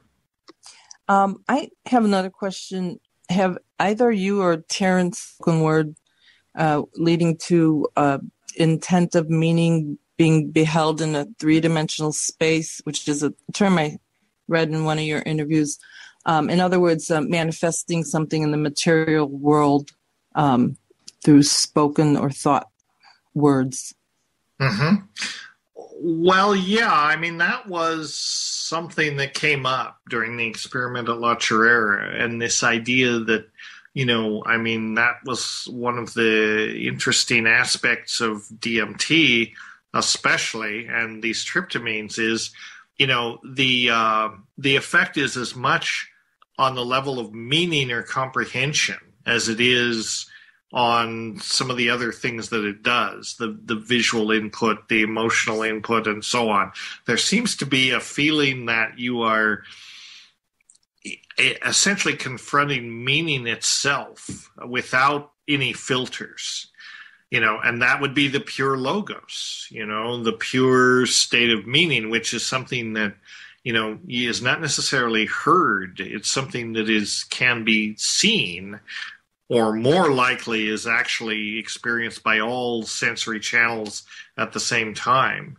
And one of the things that motivated us when we went to South America to look for these tryptamine drugs was the fact that DMT seemed to produce this, this state of kind of gestalt comprehension that was not linguistic, that was translinguistic, sort of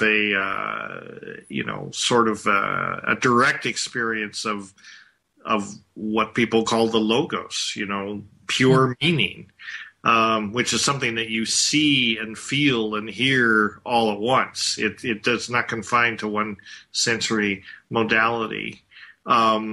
there's a couple of interesting essays, a couple of interesting things that have been written about this. One of these is an essay in an old book called Hallucinogens and Shamanism. I think it came out about 1970, believe it or not. And one of the essays in there is called The Mushrooms of Language. And that, I like that essay because it kind of summarizes this idea of experiencing pure meaning that the mushrooms seem to make possible. You don't have to buy the book. I'm sure you can't buy the book now. It's out of print. But if you Google that, it will come up. I think it's on arrowwood.org, and that essay is out there. And then there's another book that was written a few years ago by a woman named Diana Slattery. She's a computer scientist and a cognitive neuroscientist. And she wrote this book called The Maze Game, which is actually a science fiction book. It's dedicated to Terrance and me. And it's all about a future society that uses this language called Glide, which is one of these visual Gestalt languages. And in order to write the book, she actually invented a form of this language. And if you read the book, you can learn more about this. I mean, I don't think it is the perfect translinguistic language, but I think her approach is very interesting. She created this thing which is both a visual and a verbal language, and you can read the book and look at her website and make of it what you will. So you asked me earlier when we started out, you asked the question of, what are psychedelics a tool for? What are they good for? This may be one of the big things that they're good for, is to kind of, they're actually linguistic tools for, overcoming the filters that stand between us and naked comprehension. Because that's a lot of what our senses do, is they don't open us up. They reduce it. They reduce us down. They're filters to experience, because if we didn't have them, everything would happen at once, and it would be quite chaotic and confusing. Thank you. I have one more question from Uriel. Do you have any opinion as to whether the experience with the insectoid beings at La Correra is related somehow to the non-organic beings discussed in the Castaneda books? No. Okay. Yeah, I really don't. I'm not sure what beings she's referring to. The insectile theme of a lot of what we encountered at La Chirera was, sort of very much in line with kind of,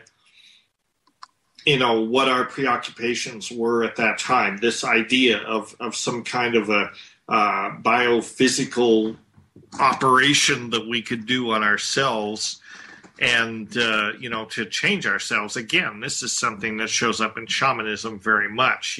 Part of shamanic initiation is, the shaman is torn apart during the initiation and put back together, and often in a changed way, right? So, depending on different traditions, things are incorporated into the shaman's body that they didn't have before, like crystals or this sort of thing. So the idea of metamorphosis, right, is very much a part of shamanic practice. It was pretty much what was going on at La Chirera when we tried to do the experiment at La Chirera. And insects embody that. I mean, this is what insects do. They completely transform themselves. They go through these various changes. And so, we do have this intuition. And I think DMT these tryptamines sort of stimulate at least this intuition that, maybe human beings are in some kind of a larval stage. Maybe we are looking at a collective or an individual metamorphosis that will actually change our species in a very dramatic way in a very short time, just like a chrysalis undergoes a transformation into a butterfly.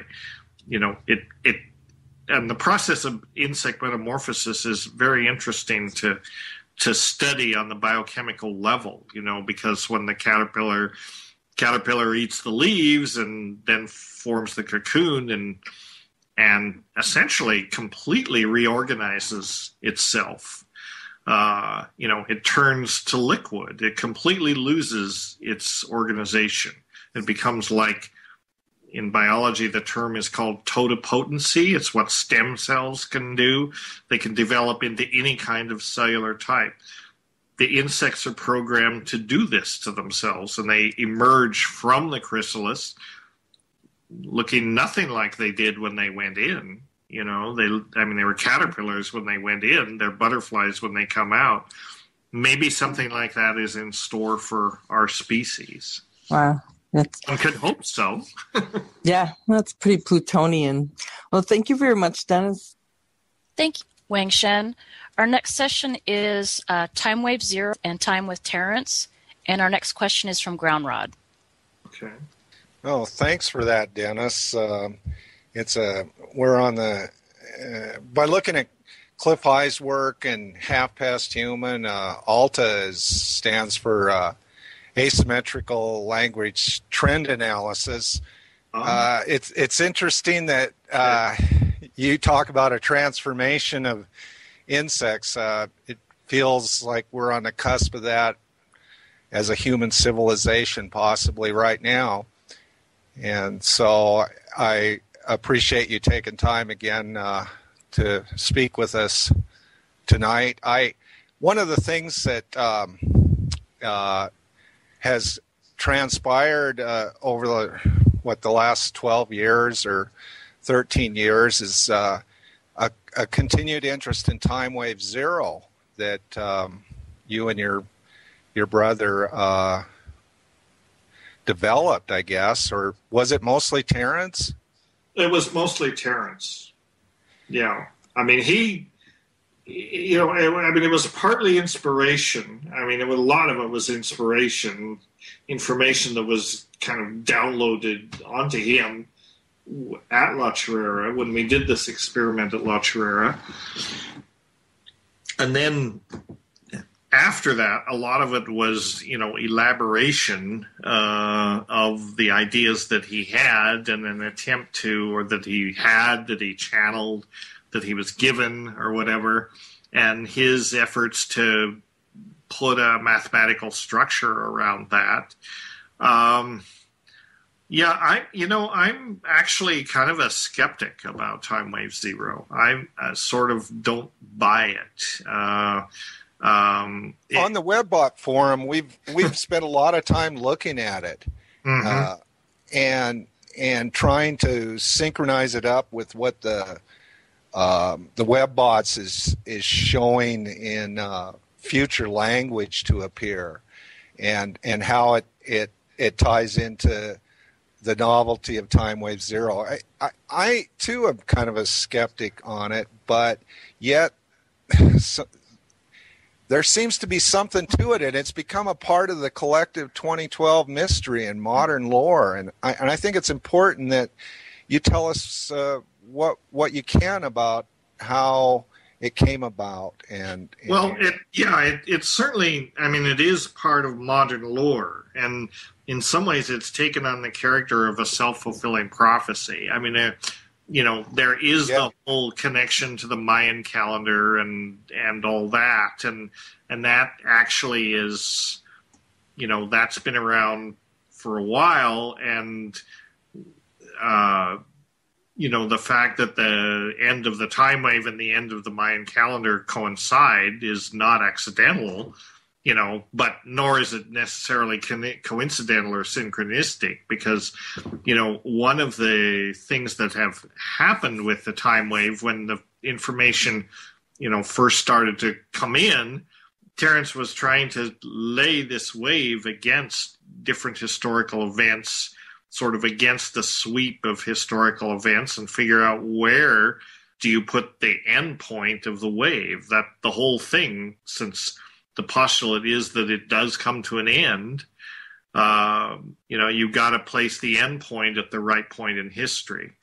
And there were several end points that were proposed over time, and even some much earlier end points. And of course, things came and went, and, we're still here, right? I mean, the continuum didn't collapse. So finally, in some ways, there were too many similarities between the Mayan calendar and Timewave 0. Terrance eventually settled on a date for the end of the time wave that was pretty close to the end of the Mayan calendar. It wasn't deliberately set that way, but it turned out it was within a couple of months of the postulated end of the Mayan calendar. And so then it came to light that was going on, that there was an end to the Mayan calendar. So since we're talking about a cycle of billions of years, he just said, well, okay, let's put it there. Let's put it with the end date of the Mayan calendar. So there was a bit of fudging in some ways, but it's kind of close enough to the end. But then the question is, depends on how you interpret the Mayan calendar. Does that really talk about the end of the calendar, or is that the beginning of a new cycle? And Mayanists differ on this point. Some say it's not an end, it's a cyclical calendar. This is the end of a big cycle, one of the biggest cycles, but it's just going to start cranking up again. And you can't really talk about an end point in that respect. So I don't know. I think that there is tremendous cultural expectation around this date.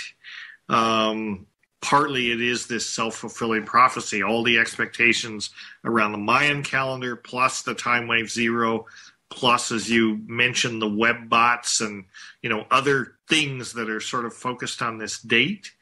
But we can take the scientific view and we can just say, well, we'll wait and see. We're close enough now that we don't know if anything's going to happen. Yeah, it doesn't look like we're having to wait very long. We're not going to have to wait very long. And in fact, it's already happening. If you think of it, this is the thing. This also has to do with, this idea of novelty. And one of the conversations that Terrance and I used to have is, how does, the time wave purports to measure or predict the ingression of novelty into the world, into the continuum. Is novelty something that happens in a punctate way, or is it something that happens in a gradual way? And this is the question. Terrance was he was an advocate of the punctate theory of novelty, big events, right? Like the detonation of the atomic bomb over Hiroshima, or 9/11, or, some of these things. Like, these are huge events. They have an instantaneous global impact. But where is the real novel event? Is it when they dropped the bomb on Hiroshima, or was it when they first tested it in the desert in New Mexico, or was it when they first triggered the first fission reaction in Oppenheimer's group in Chicago in the 30s, or was it when Einstein thought of the equation? Where was the real novel event, that triggered all this, or was it more of an accumulation of these kinds of things that led to it? And I'm more of a gradualist. I tend to think that, novelty does not erupt into reality. It doesn't erupt into the world. It sort of oozes into the world. It gradually builds up. with notable exceptions, things like asteroids and comets. Asteroids and comets. That's about the only one I can think of. But yeah, that would be an unexpected and very novel event, and not something that we really want to happen.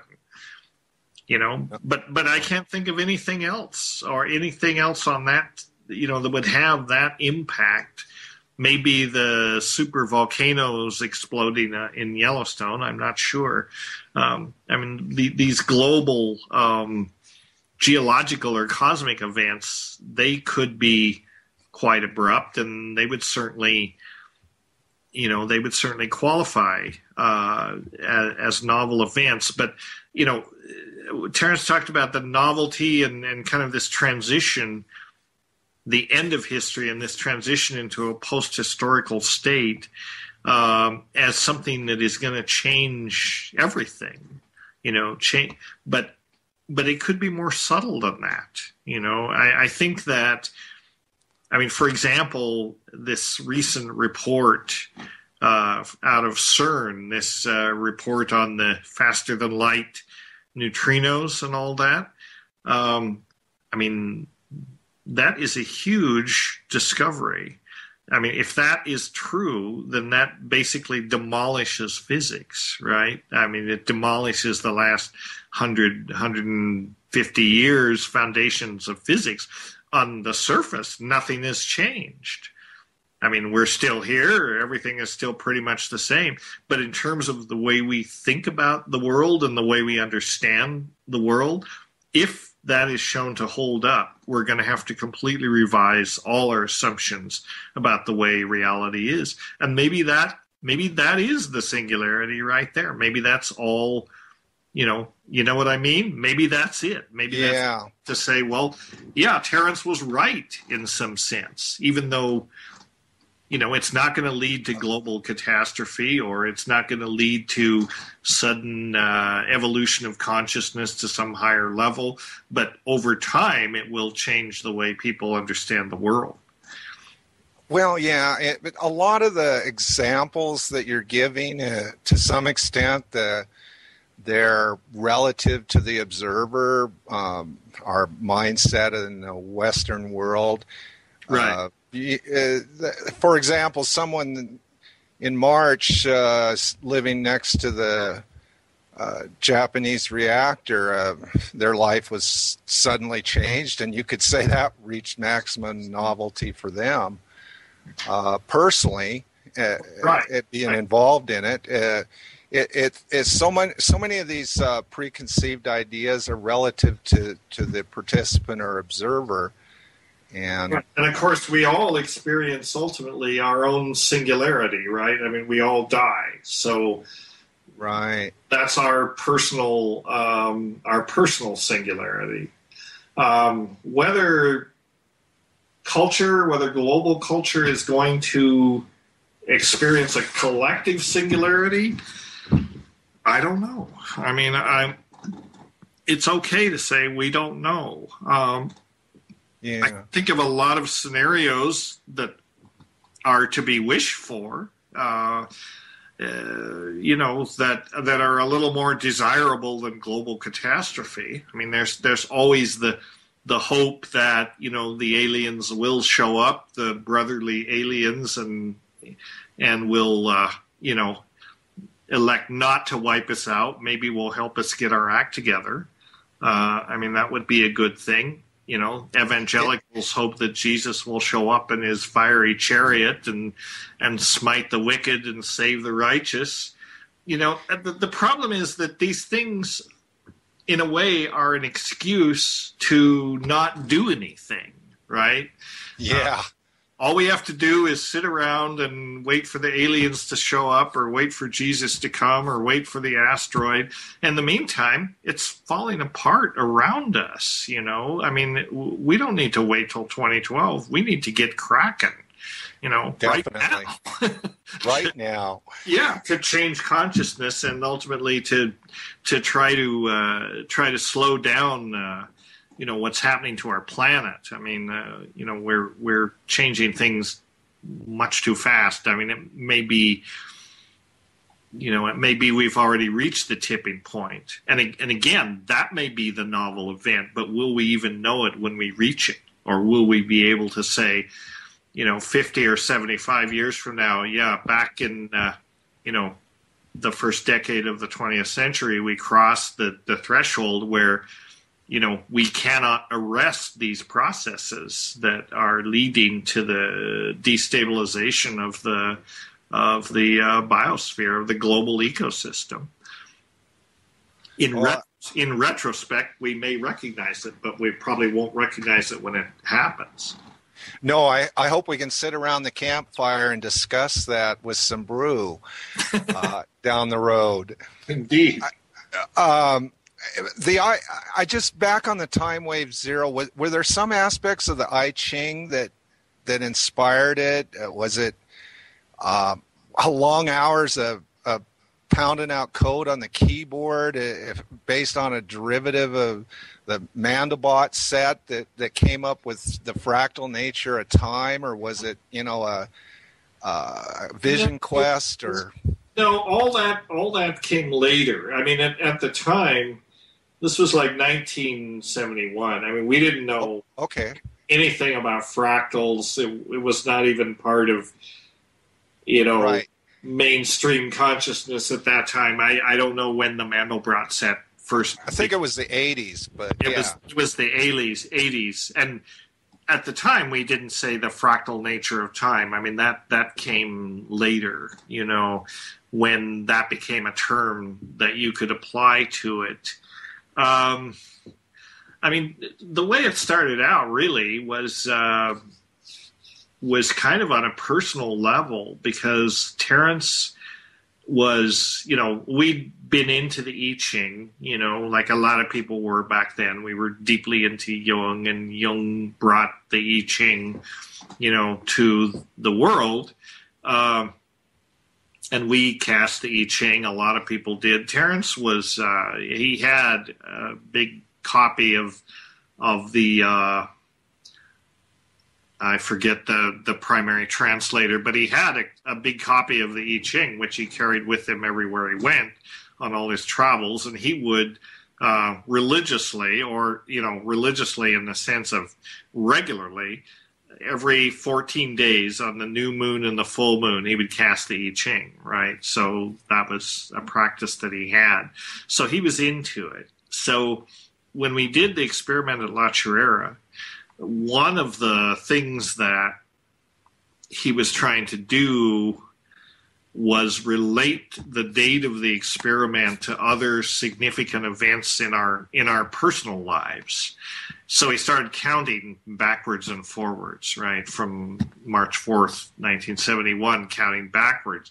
Well, if you counted backwards a certain number, and I think it wasn't 64 days, it was like 100, it was like twice that. It was a multiple of that. If you counted back 128 days from that date, it turns out that was the date that our mother died.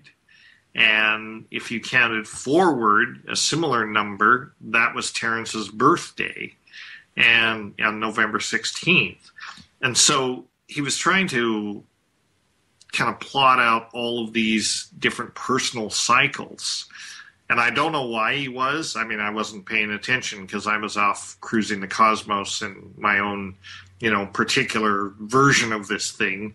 But he was really trying to nail down where does that date fit in line with our personal lives, and then with history, and then with even larger cycles like geological cycles, and through a series of looking at these different cycles of 64 and multiples of 64, like it turns out if you make a macro hexagram, which is 6 times 64, is 384. Well, 384 happens to be a perfect 13-month lunar calendar.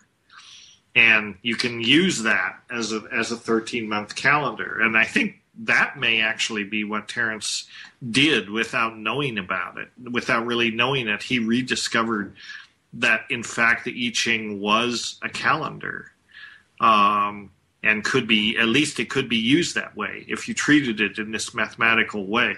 If he had left it at that and said, I've rediscovered an ancient Chinese calendar, a lot of people would say, well, that's interesting. Next, but he took it to the next step and he said, not only is it a calendar, but it actually describes the structure of time. And what was news about that was, what, time has a structure? Who knew? And so that was an interesting idea, that time, actually, it's not just a place where you put events. It has a texture, and the nature of, the sort of boundaries of time, if you will, determine to a certain extent what can happen, so it sounds like determinism, and it, to a certain extent it is. I mean, it abrogates free will, right? Because if the structure of time determines what happens, then free will goes out the window. But he got around that by saying, well, yes, but it determines what can happen, but it determines within certain boundary conditions. Within those boundary conditions, there's some degree of freedom, So that was kind of how he formulated it. But there are big problems with the time wave. The biggest problem, in my opinion, is there's no objective way to interpret it. There's no quantitative way to interpret it. The only person that can interpret it is Terrance. So it's entirely based on sort of his subjective assessment of what is important in history. Somebody else may look at it from a completely different way and say, no, this is completely off. So that's the problem, and actually we used to discuss this a lot when he was working on it. And I used to say, you've got to develop a mathematically rigorous way, if you can, to say, what is a novel event? I mean, how can I say event A is, 10 times more novel than event B? That's what was missing from the time wave. There was no way to measure novelty. It was a great concept, no way to quantify it. Oh, excellent, Dennis. That is advanced thinking for way back then. No, not really. Not really. I mean, my prejudice is scientific, right? And I'm the first to say that there are limits to science. I mean, anybody who takes psychedelics and doesn't say there are limits to science, is missing the point. But as a place to start out, and science is really uncomfortable with things you can't quantify. I mean, that's really what science is about. They want numbers. They want to be able to say, this event is not only more novel than that one, but it's that much more novel, and that's what was missing, besides the fact that, well, I mean, people are aware of the Watkins objection and all that. I think that is less sort of fatal to the time wave than the idea that, one other big problem the time wave has is it totally ignores relativity. It totally ignores the fact that time is different in different places. He postulated that the time wave describes time wherever it is.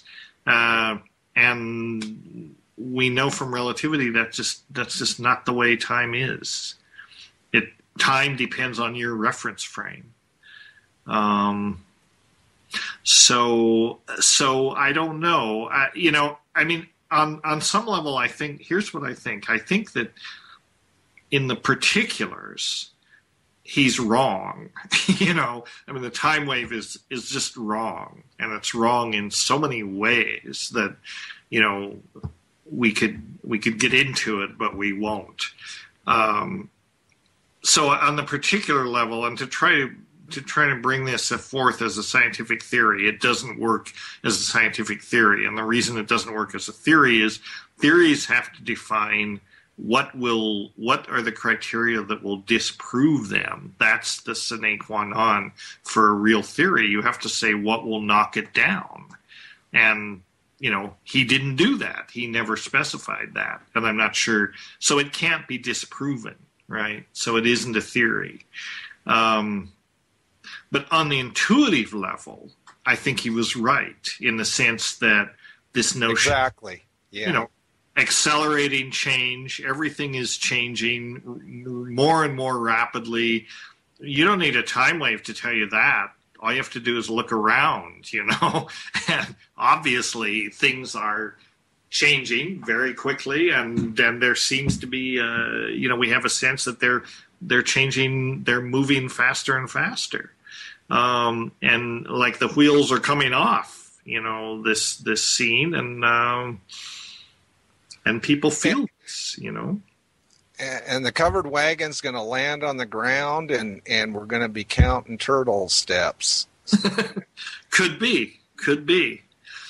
But naturally, people want to reach out to, people sense this accelerating change, and they want to reach out for some framework, that explains it, or that they can latch on to I don't know what, to somehow help make it more endurable or something. And that's why the Mayan calendar, the Timewave 0, all of this stuff around 2012, in a sense, it's fine because people need frameworks. But, in a sense, it's also delusion.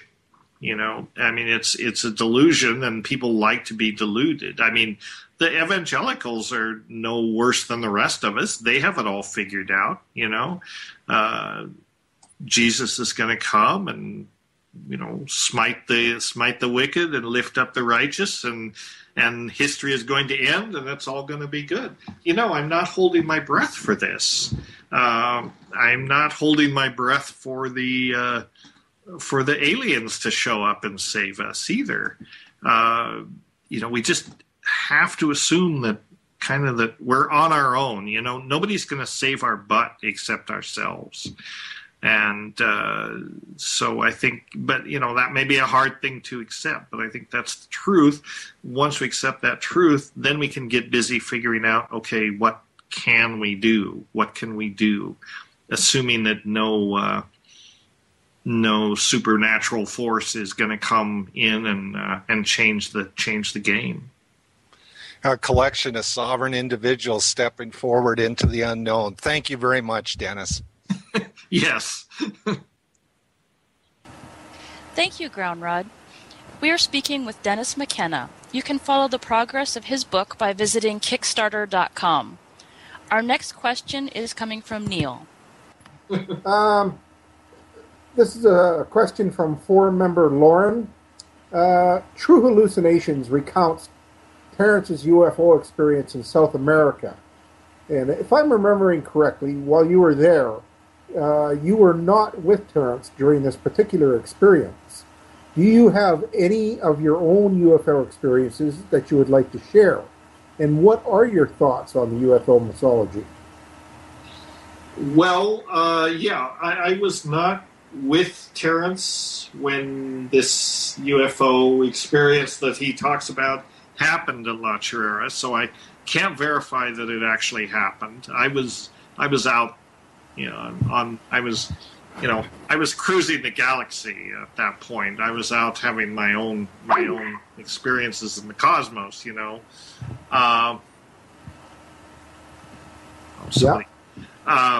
So I can't really verify that, and I assume it happened, although, you do have to take everything Terrance says with a grain of salt. He is a world-class bullshitter. We shouldn't forget this. I love him, but let's face it. But let's take it on its surface, and I assume that something like that happened. I can't say that really anything like that has ever happened to me. Not anything that dramatic in terms of UFOs. You know, I have had, I've seen things in the sky, and, you know, but as far as something that really manifests where you're wondering, you know, this is a clear break of plane, you know, this shouldn't be happening. Nothing like that's ever happened. I can recollect, you know, one experience that I had that stuck in my mind, which is not very dramatic, frankly. But I remember when I was living in Hawaii, I was going to graduate school out there, and I was asleep in bed at this place where I live, and some people had been over that evening, and we've been talking about all these issues and so on. And so I went to bed, and about 2 o'clock in the morning, I woke up, and a voice actually said, "Go outside and look up at the sky." And so I thought, well, don't know. I don't really want to get up. But I got up, and I went out, and I looked at the sky, and over the eastern horizon, just above the horizon, was, you know, this hazy patch of glowing light. And that was it. That was all it is. You know, I couldn't tell if it was a natural phenomenon or whatever, but there it was. I watched it for about 20 minutes, and then I went back to bed because it wasn't getting closer. Nothing was happening. That's about the closest I've come. You know, not very exciting, really. You know, but I think, the UFO phenomenon is very interesting. I don't know if you know, C.G. Jung, the psychologist, wrote this very interesting essay called UFO, what did he call them? Flying Saucers, a Modern Myth of Things Seen in the Sky. Anybody on this forum familiar with that essay? I read some of it years ago. Yeah. But, I read it years ago, too. Yeah, I did, too. Yeah.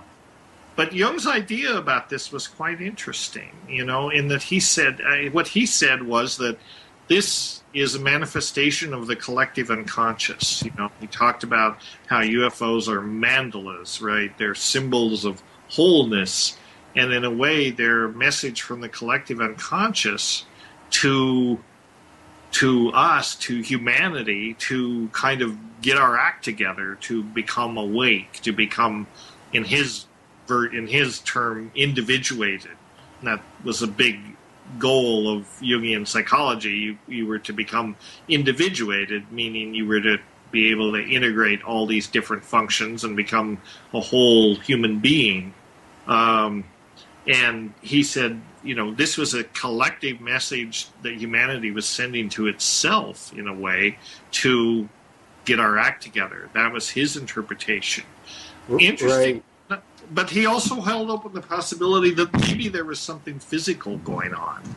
And, you know, he didn't close the door. He didn't say these are not physical things. He said maybe there is a physical manifestation of this as well.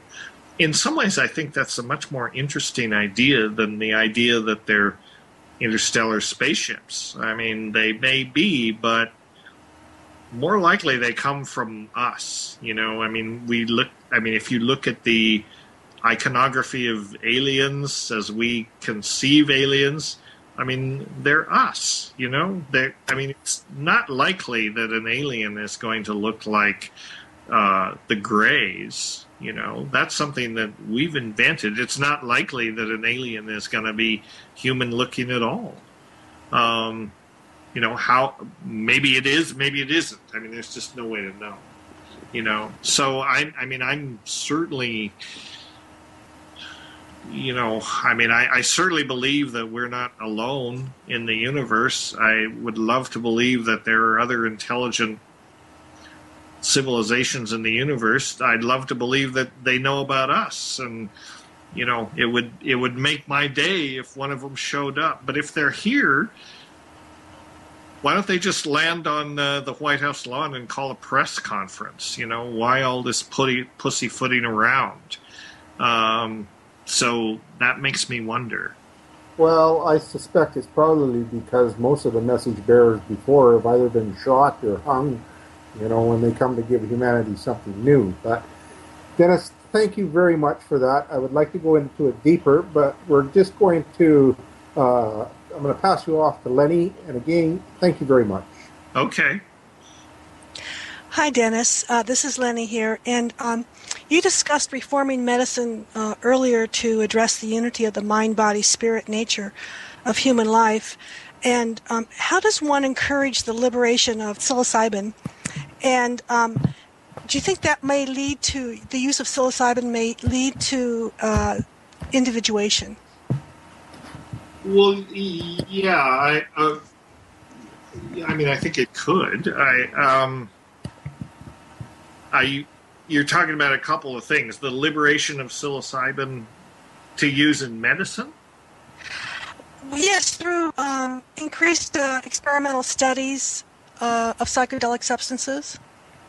Yeah, I think you see that happening. I think that all of this interesting information, the work that the Johns Hopkins group is doing and now other groups, what they're doing, that's where all this is leading eventually. I mean, they're in the stage now of essentially collecting data after there's a number of more clinical studies and bigger clinical studies and multi-center studies and all that. Gradually, the data is accumulating that psilocybin is useful for certain things. Pretty soon, it will be possible to take that data and go to the FDA and formally petition to, there's a formal protocol for getting any drug approved. You have to go through those hoops. And so it will be possible to submit an IND application to the FDA, an investigational new drug application. And then it's approved to do clinical studies, and that usually goes through several stages. Eventually, after you've shown it's safe, effective, all of those things, then it can be approved as a drug. And once that happens, it can pretty quickly become available to therapists, And we've liberated it. And we've liberated. We have medical psilocybin, just like we have medical cannabis. We can talk about medical psilocybin. And once it's liberated, then people can start, individual therapists can start using it in many different ways because of the off-label, the off-label. So can it be used for individuation? Sure, why not? It can be used in the context of psychotherapy. I don't think these drugs are ever going to be something that, you won't go to your doctor and get a prescription and, take 2 of these and call me in the morning. I mean, it's not going to work that way. The drug companies might never actually use in the context of therapy, either shamanic or psychotherapy or some hybrid of those two things, But you got to have you have to use them in a context. Right, and also you have to have the plants available. So I was wondering, before our world experiences a collective singularity, we need to find a way to share the plants, but nobody knows where to get a plant to begin with. So do you have any resources for plants or seedlings or cuttings or spores that you could share with our listeners? Well, yeah, it's not true that you can't get these plants. On the internet, there's all kinds of places that sell at least the legal ones. And so far, the Psychotria and Banisteriopsis you can buy on the internet, and you can make your own ayahuasca. They're so far not restricted. Spores and psilocybin are a little trickier because some states have banned the spores. So you can't order spore prints. You used to be able to, but now you can't. because states have restricted it. There are some states where they haven't been restricted, and those places usually won't sell into states where they've been banned. So that's trickier. You just have to look at something like one website I know about is the Shroomery. And they have a lot of information on how to grow mushrooms of different types, and they may have information on there where to get the spores. Probably the most straightforward way to do it is through word of mouth. A lot of people do grow mushrooms now, and some keep the spores. You basically have to shake the tree a little bit and use the network and hope that you can find it. Okay. As far as the plants themselves are concerned, so far they're not restricted. Not that there aren't efforts to do that, but they haven't come. They've come to naught so far. And like I said before, the best thing to do is do it on a personal level. If you know people that grow them, ask them for cuttings, grow them yourself, and then propagate it that way. Do what plant people have always done. Share your plants, share the knowledge. Well, I'm sure that people are going to go out searching for people to see if they can find somebody, networking around for users of substances. Dennis, it's time to hand your voice back over to Green Meadow, but I want to thank you very much for your participation. Okay. All right. Yeah. Thank you for your time this evening, Dennis. Paul Varley said, "The best way to make your dreams come true is to wake up. We thank you for your dedication to waking up.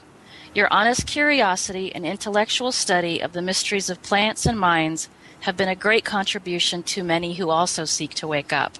On behalf of Fox and all members of the WebBot Forum, thank you, sir. In the tradition of our loving and pie making, may you and yours have many good pies to come."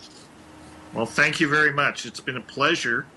I hope to meet all of you sometime. And it's been delightful meeting you. We were kind of like, oh, what's he going to be like on this interview? And it's been very pleasurable. Okay, well, I had fun. I had a good time. So, yeah, everybody's happy. So, yeah, thank you for inviting me. And we can always do this again sometime. Right now I'm in the pressure cooker, kind of trying to write this book, but get back to me in 6 months, and who knows? If I haven't made a lot of progress by then, there's something wrong. So the work is going forward. I'm working hard on it. Thank you. Be in touch, everybody, and be well.